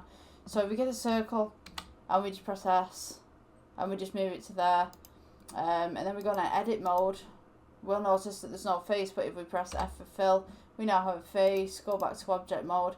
So if I take off the X-ray just for 1 second, now, we're going to bring the glass up to where the glass should be on a typical watch or a clock face, which would just be here. So now you're noticing the problem that we're having. That centre bit is just sticking out a little bit. So if your centre bit is sticking out a little bit, what I would suggest is either shrink it down on the side, or you could build the sides up a little bit. So we want our clock face just to sit on the inside here. So you notice that it's also clipping the outside. You can just see it just there. So this piece right here shouldn't exist. So we're going to press S to scale, just bring it in a little bit so that it fits on the inside of the clock face. Now we've got this problem where we've got an arm that's sticking out, we've got this little bit that's sticking out. Now if we edit this the way that it is, it'll mess up the rest of the clock face. So here's what we're going to do. So you're on your object mode. You want to select, take the clock face off, just press G, just move it to the side for the moment. Press, for the centerpiece, press shift, and then click all of the pieces that we've just made, and we're going to press S for scale, go along the blue axis, which is the Z axis, and we're just going to make everything a little bit more smaller. Now, we don't want to clip any of the numbers, but if I just make that a little bit taller, you'll notice that you can't get this to work very well because the outside of the clock is too short. So what we're going to do, we're just going to undo what we've just done. Clock face is back right here. So we still have these interjecting vertices right here. So what we're going to do, select the outside clock, bring the glass away, select the outside clock, go to edit mode. What we're going to do is there will be a rim just around the edge, just here, that we made before. If you haven't made this, just press Control R and you'll get this coming up, which if you click that, it will create another vertices for you. So I actually might keep that. That's pretty good. So what I'm going to do is I'm just going to select this and this. Come on. Computer's been a bit slow today. Right.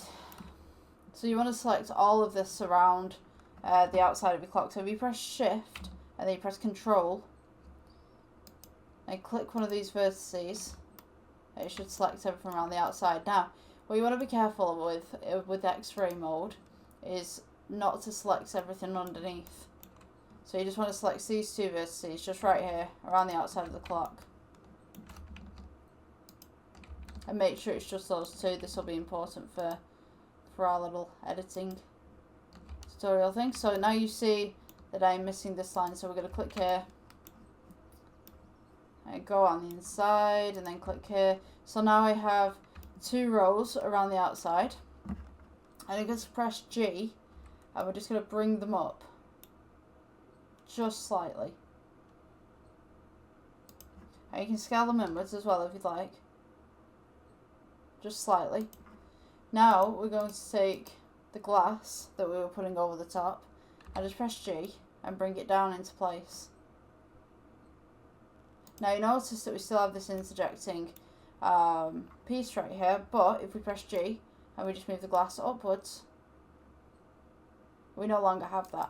So something that someone's going to ask me is, aren't clock faces curved just slightly? Yes, they are. So to make that curve, we're going to press S to scale, go into the center just slightly, and come up just slightly. So what you want to do is go to edit mode. We're going to go for the edges right here. E to extrude. Just bring it down slightly and then scale it outwards. E to extrude. Scale it outwards. Oops. Go G, bring it down slightly. E for extrude. Now, what you're going to have underneath here is another face, so you're going to have to remove that one. So press A to select everything, G to bring it up. You notice that this face exists right here. So what you're going to want to do, just select, go to faces, select that one face, press delete on your number pad, delete the face. Sorry, I realise that I'm in the way again. I'll just move myself over. So, we go to the object mode. It's going to take it down.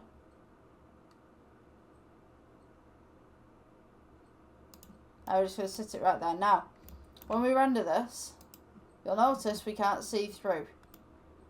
We have no view of the clock face. So what you're going to want to do is go to your Materials tab. You press New. And then we're going to go Glass. Now, as soon as you press Glass, you see what happens. We see our numbers. We see all our stuff. But it's clouded. So how do we fix this? So we go down to the roughness. And we see that it's at 0.5. You want to bring your roughness all the way down. And now we can see the clock face. Now if you wanted a little bit of roughness on the clock face, such as it's worn out and stuff like that, you can pull your roughness upwards a little bit. But that is your basic clock face. Now have you noticed that this happens when it's on its side? Now this is happening because of the IOR. So if we change the IOR, we can see that this moves. So you can have like one IOR if you'd like.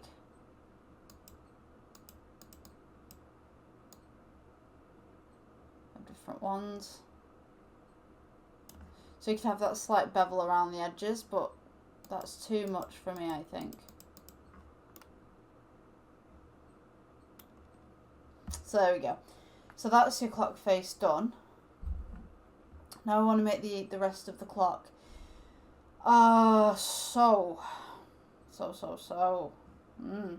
This is the part where I was kind of dreading, because I'm like, what design do I want right now? So you could have any design that you wanted, really, relatively. So what I'm going to do is, I mean, you could have Clock face, you could extend it from the bottom and then pull it outwards, or you could put two straps at the side and then have the buckles if you wanted to. I mean, there's so many different designs that you could do with clock faces, but I'm going to go with a cube to begin with. And then, one second, I'm just going to bring that out so you guys can see. Let me see. I'm going to make the cube as big as the clock face. Scale that inwards just slightly.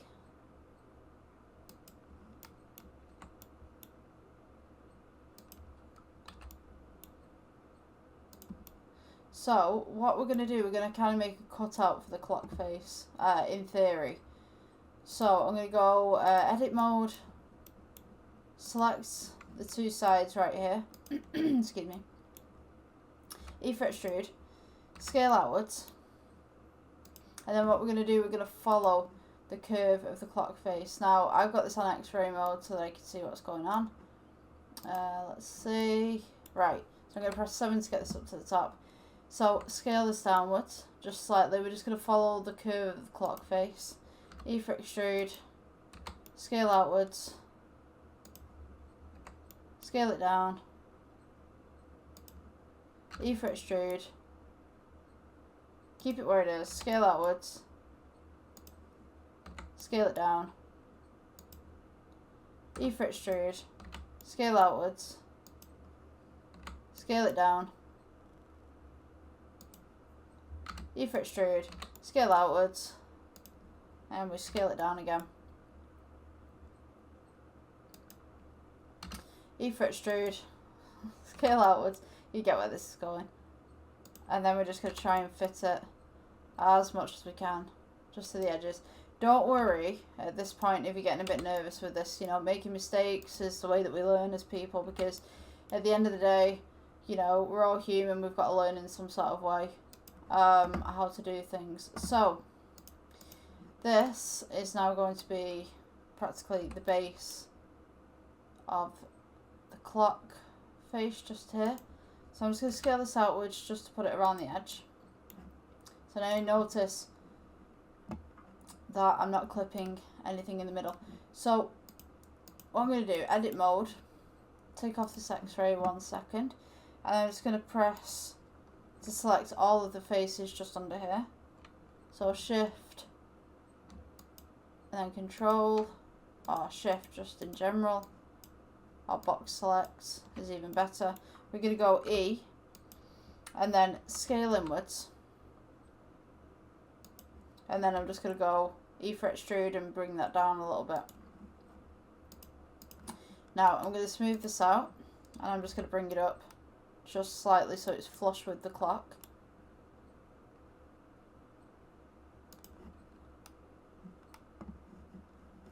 And you can see there's no interjecting vertices or anything like that.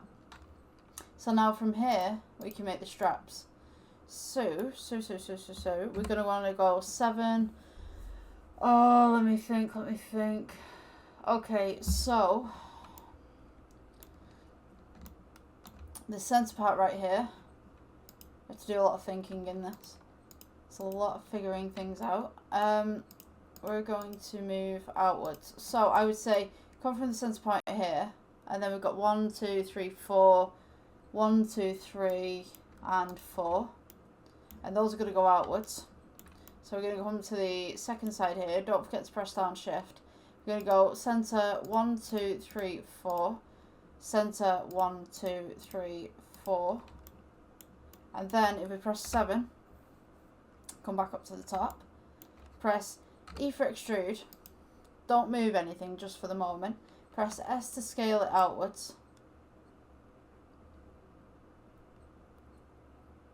and this will be the sides of the clock. Now, to be honest with you, I think that I could introduce these two vertices here. So instead of having 4 at the side, maybe we could go with 5. So press Ctrl Z if you've just done any of that, and just press an additional on the outside. So it should be centre and then 5 aside, so to speak.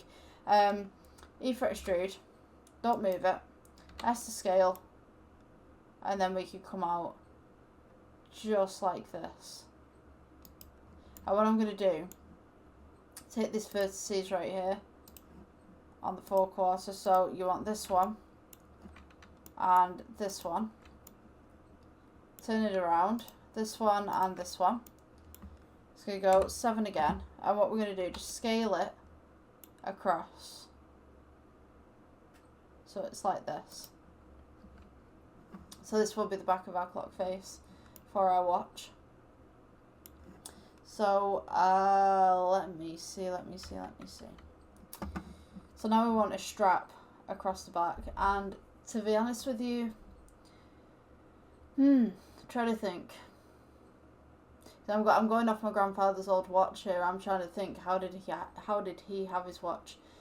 So I think he just had the strap just around the back, to be honest with you, and I think maybe that's what we could do as well. So this will be the clock face. I'm just going to go ahead and shade smooth on that one, and then we can add the band that's at the back. So cube from the add section, bring this across, scale this down. If you want to do a different design, that's totally up to you. For me, I'm just doing a plain band. Scale this downwards just slightly, bring that across, and I think I'm just going to offset it just slightly as well.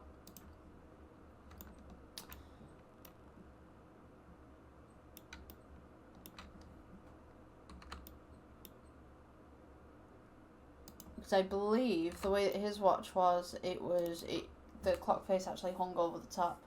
It was a thinner band. Oops. Yeah, my program's kind of kicking off with me right now.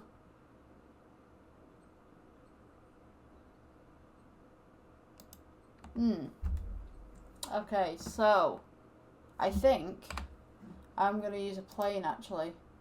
This will be a lot easier with a plane to do.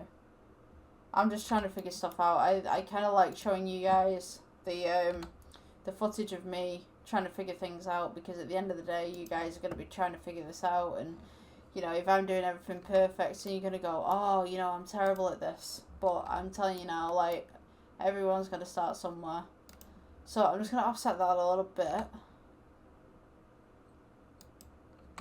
Like, even when I started Blender, it was chaotic because I just had no clue what I was doing. So I mean, like, the way that some of the watches work, you could just have a plain band and then have it attached on the other side, or you could have the watch itself attached by a couple of hinges.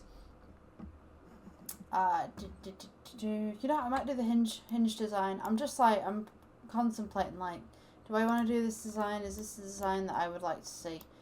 So yeah, maybe we'll do the hinge one. So what I'm going to do, make 2 squares right here.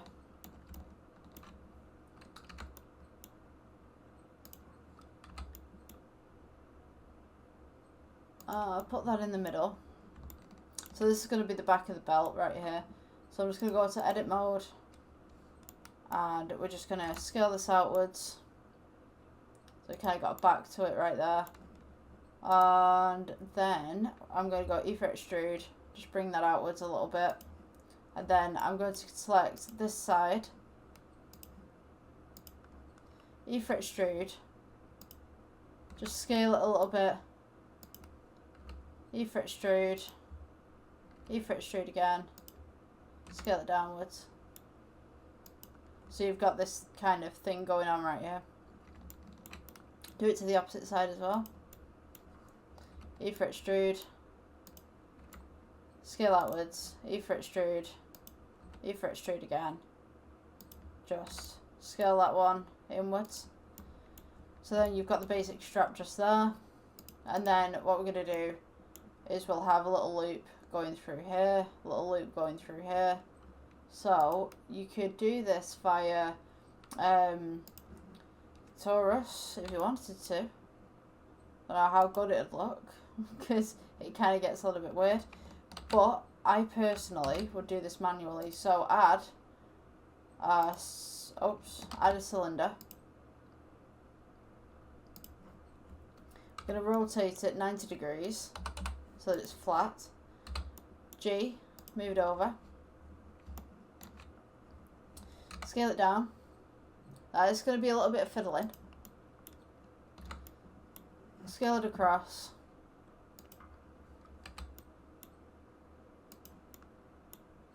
I'm just going to place this just roughly on the hinge here. Now once you make one, you don't need to make the other one because you just duplicate this, it's fine. G across. Scale it outwards just a little bit.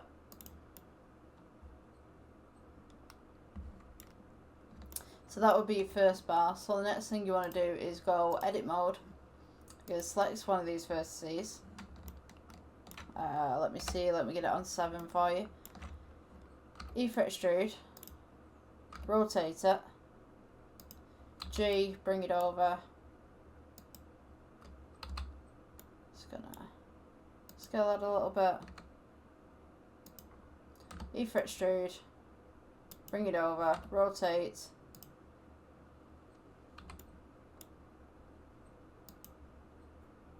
E for extrude, rotate it. Just press R for rotate. You don't really need to mess around with the vertices at this point. I'm just going to move this one. Let me see. Yeah, I want these points. Rotate. G, come across. It's a little bit of fiddling, but you get there. G, come across, rotate it so it's inwards. E, rotate.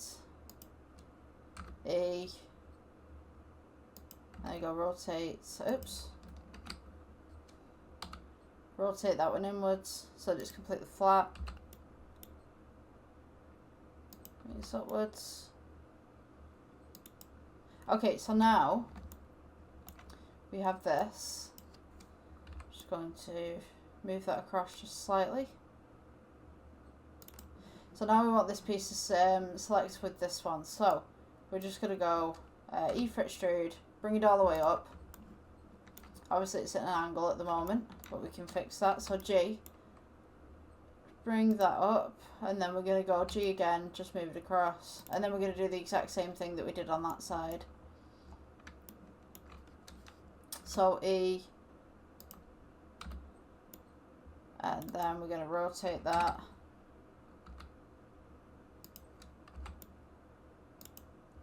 E again, rotate. Doesn't have to be perfect. I mean, it's a watch. It's probably been bashed around and stuff like that. E for extrude, rotate.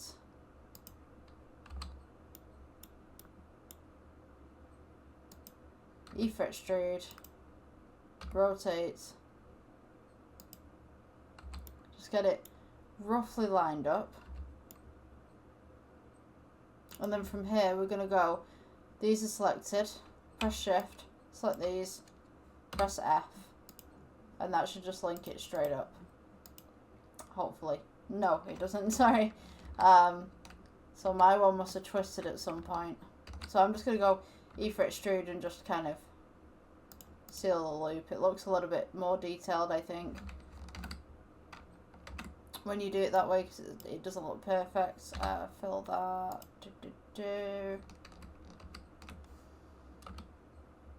Yeah. So it kind of looks, it just looks like the metals being clasped together. Okay, so what we want to do now is right click, shade smooth. So it's going to be all smooth right here. Now adding a colour to it, we want to go with clock silver. Let's go with the slight grey, and then you want to make the roughness down, the metallic up.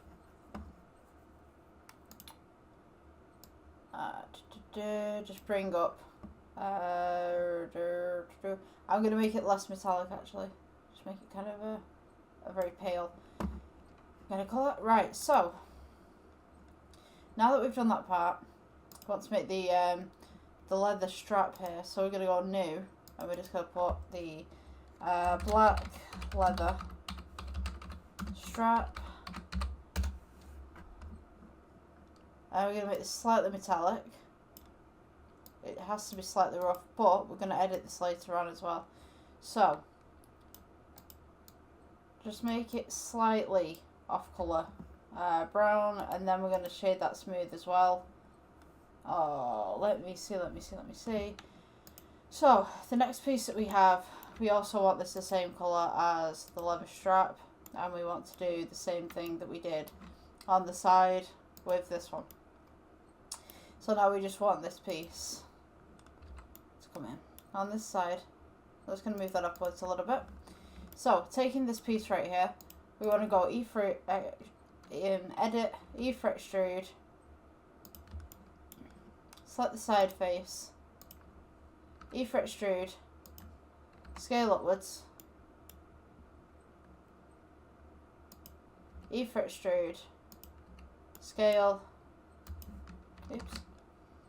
scale upwards, E for extrude, leave it where it is, E for extrude, and then scale downwards just on the other side. Now, you notice that this possibly doesn't fit properly, so what we're going to do is we're just going to scale from the Z axis just to make this a little bit bigger.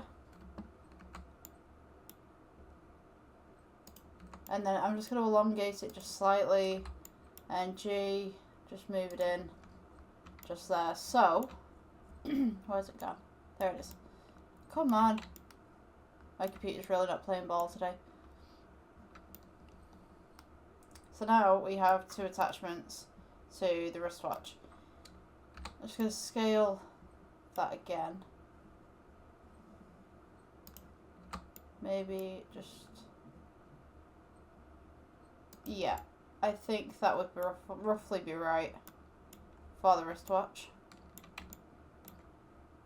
Just going to scale this downwards just slightly, a little bit of adjustments. I think, oh my gosh, that's way too long for a strap, but see what's going on.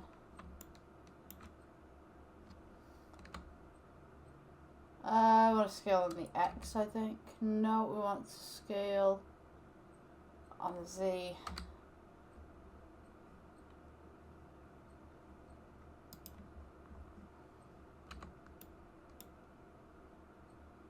Right, there we go.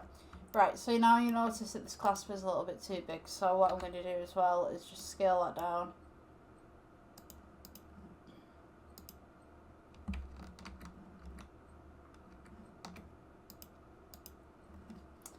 My computer really doesn't want to play ball today. It's like I'm selecting things and it's just not getting the right things selected. Right, so make sure your clasp is just on the inside there so it looks detailed. Now, you can take this and duplicate it. So we're going to duplicate right there. And then you notice that it's the wrong way around. So what you want to do is just rotate it 180. Bring it back onto the other side. And just place it there. And then we're going to take the hinge. And then we're just going to duplicate that. And move it across to the other side.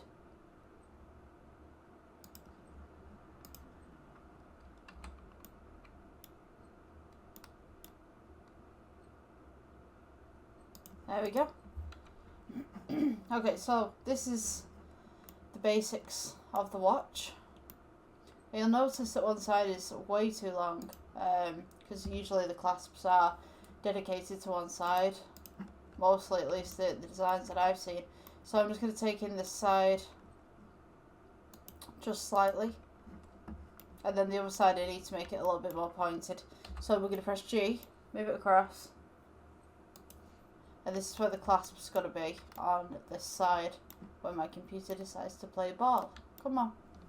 There we go. Right, now on this side we want to make this a little bit thinner, so edit mode. We're going to go for the faces.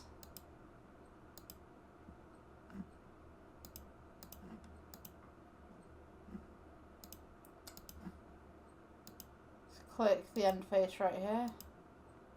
Come on. Right, press G. Go across all the way to the back. And I'm going to press E. And we're just going to slightly just make this thinner.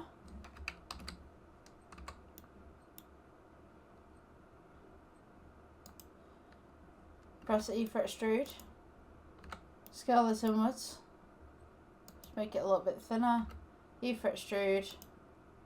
Scale inwards. Make it a bit thinner. E for extrude. Scale inwards. And then we're just going to round it off at the end.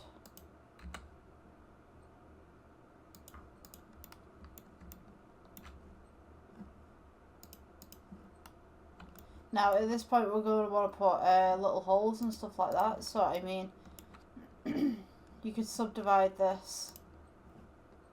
Press. Just select all these ones. Subdivide, subdivide, subdivide. And then from here we could put some holes in here. So you want to go with your face selects. And just select random points where you would like to put holes in the canvas right here.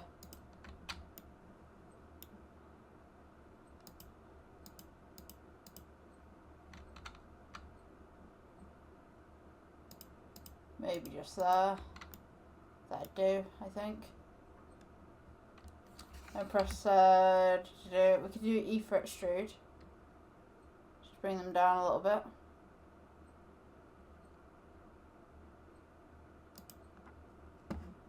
So now, we should have little kind of indents where the holes are.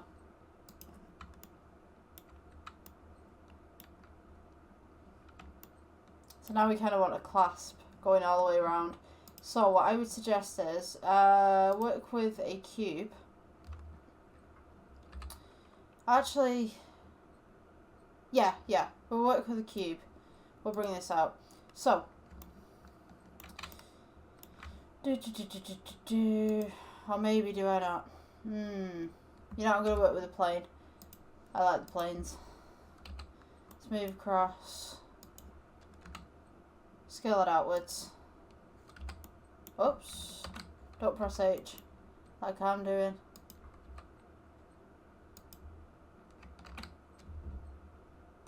Scale that.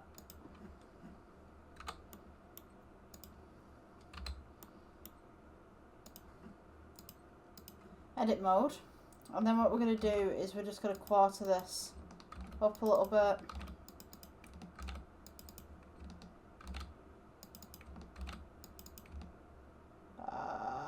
Yeah. Just put that as the centre right there.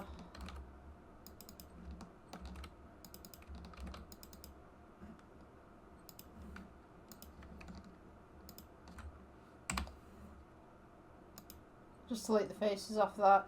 Right, press A, E for extrude. Scale it inwards just slightly. So it's got some sort of bevel. We're going to add a rotor. So Control R. Let's scale it outwards. Just slightly. Shade smooth. For the colour on this one we could use gold. Then we're going to add a cube. Press G, just bring it over. Scale it outwards. You don't need to do anything fancy with this. Press G, don't press H. I keep doing this. So I'm just going to rotate this just slightly so it sits within the handle.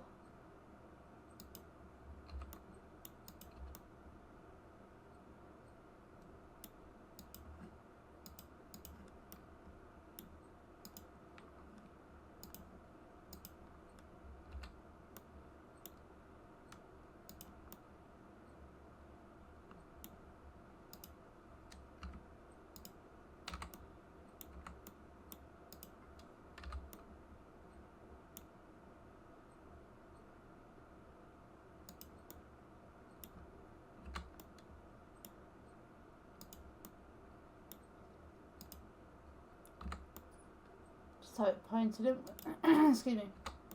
Pointed inward slightly.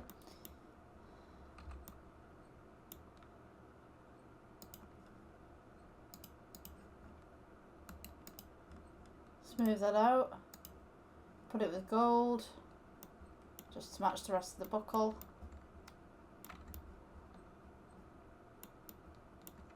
Now you notice as well one of the hands is missing. I don't know if you've noticed this, but I noticed this about 5 minutes ago. It seems we're missing a hand, and it's right there. So, just gonna bring this up. There we go. And there is your watch, or at least the basic watch, for you guys to work with. If you guys want to make anything different about it, I'm pretty sure there's going to be a lot that I've just taught you, and you know, maybe you're looking at this going like, you know, I could build something better than that. Okay, you know, go ahead. You know, this is just a tutorial. I'm pretty sure if I was doing stuff just working wise, I would have added a lot more detail. But when you've got a computer and you're recording at the same time as you're building, your computer's going to struggle. So there's only so far I can go for you guys design wise. So I'm just going to do some tweaks here. Now, for those of you who want to do some details, I can do details with you. Okay, so for those of you who want to do all the detailing and stuff like that, I'll show you how to do that now. So what you're going to want to do is at the top here, you've got shading tab. So click on the shading tab. Now, depending on what you want to do with the watch, depends on what you would like on here, I guess. So we're going to start working with the leather first. Now, usually you get a crackled effect with leather. So what we're going to do is go to texture, for only texture, go colour to base, and you notice that we got this kind of very funky kind of pattern going on right now. So we're going to scale this up just a little bit, and this is going to give us our little leather look. So I also want to add some noise texture on here as well. So maybe we could go for the roughness on the noise. Maybe that would work. Maybe not the roughness, maybe the detail. Yeah, definitely the detail. So, roughness onto the detail. And notice now that you've got all this kind of texture going on in the background. So, we don't want this clock to be this funky kind of colour. So what we're going to do, add a colour ramp. Add on the nodes, colour ramp. Right into the middle right here. So we want kind of like this brown kind of leather kind of look. So we're just going to go down to that bit. Just make that. There it is. So you can mess around with this as much as you want. See what works for you.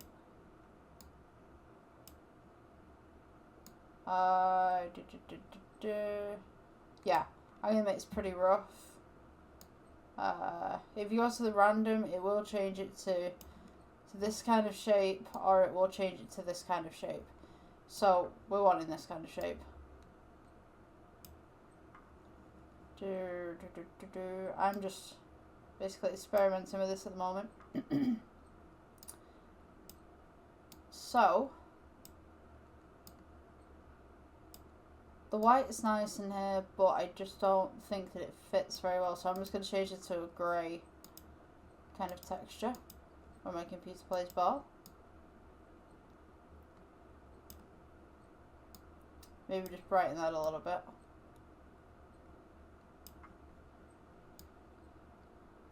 It's all about just messing around really and just seeing what works for you.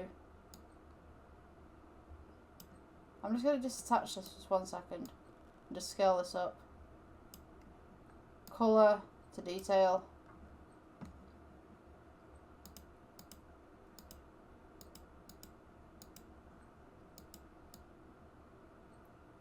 Maybe make that a little bit darker. So now everything's a little bit flat and it just doesn't look detailed at all. So what we're going to do is we're going to add a bump texture. So if we add and then press the bump, just type in bump texture. And then what you want to do is change the normal to the height. So now this will give us more of a detailed look on things. So if you want subsurface or you want a coat on there as well, you could also just put a little bit on there. Just kind of give it that little bit of a gleam. In the centre here, I'm going to put this as gold, just to match the theme. So, if I put this as a material of gold, and I do anything to it, it will affect the rest of it. Just to warn you, just to pre-warn you on that one. That's just generally how it works. So now you notice that the gold is at the back there as well. We don't want that. So, the best way, I'm just going to elongate it a little bit. Let's press G, and I'm just going to bring it down so that we've got the clock face back. There we go. Because what it was an intersecting vertices at the back. I didn't realise that that was there. So, anything that we do to this gold will inevitably affect this gold right here, will inevitably affect the gold at the back right here. So, if you want a separate gold, just press the new material button here and then name it gold 2 or something like that. For me personally, I'm just going to go with this today. I'm going to add a noise texture. So go to add and then type in noise. Colour to base colour. And you notice that you get all these fancy little multicoloured dots everywhere. That's the graining. So now we're going to add the bump texture in there. And you notice that everything's a weird colour now. So this is going to give us a texture. And then we're going to add the colour ramp. Add, come on. Told you my computer wasn't there. Playing ball today. Blooming heck. Oh, this is going to freeze. Oh, this is not good. Come on. I have a feeling this is going to freeze. Okay, I'm back. My computer just decided to have a little bit of a hissy fit. So we're going to add a colour ramp. Now we've got this kind of like grey and stuff, and everything else is going to be grey now. Even the end of the clasp is going to be grey. So what we want to do is we want to add some oranges in here and some yellows and some reds, just to make up this gold a little bit more. You have to play this mostly by eye. Take the roughness down.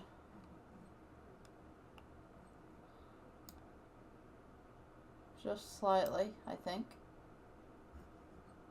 Just scale this upwards a little bit.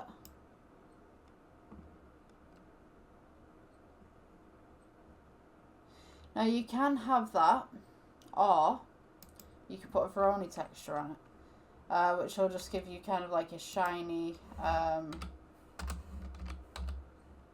almost scratched look to it. Let's try the Veroni. Yeah, so now you kind of got this kind of crinkled, scratched look, if you can see that on the camera right there. Which kind of gives it like this kind of fancy kind of look to it. You can also turn down the roughness so it's kind of got a shine, so you can see what's going on. Yeah, so basically that's the basics. For this silver stuff, I mean, like, make it metallic, I guess. For your background, for your clock, I mean, you could put pictures on there if you wanted to, and stuff like that. I'm just going to improve the lighting on this because I think we need some better lighting. So I'm just going to add, come on computer.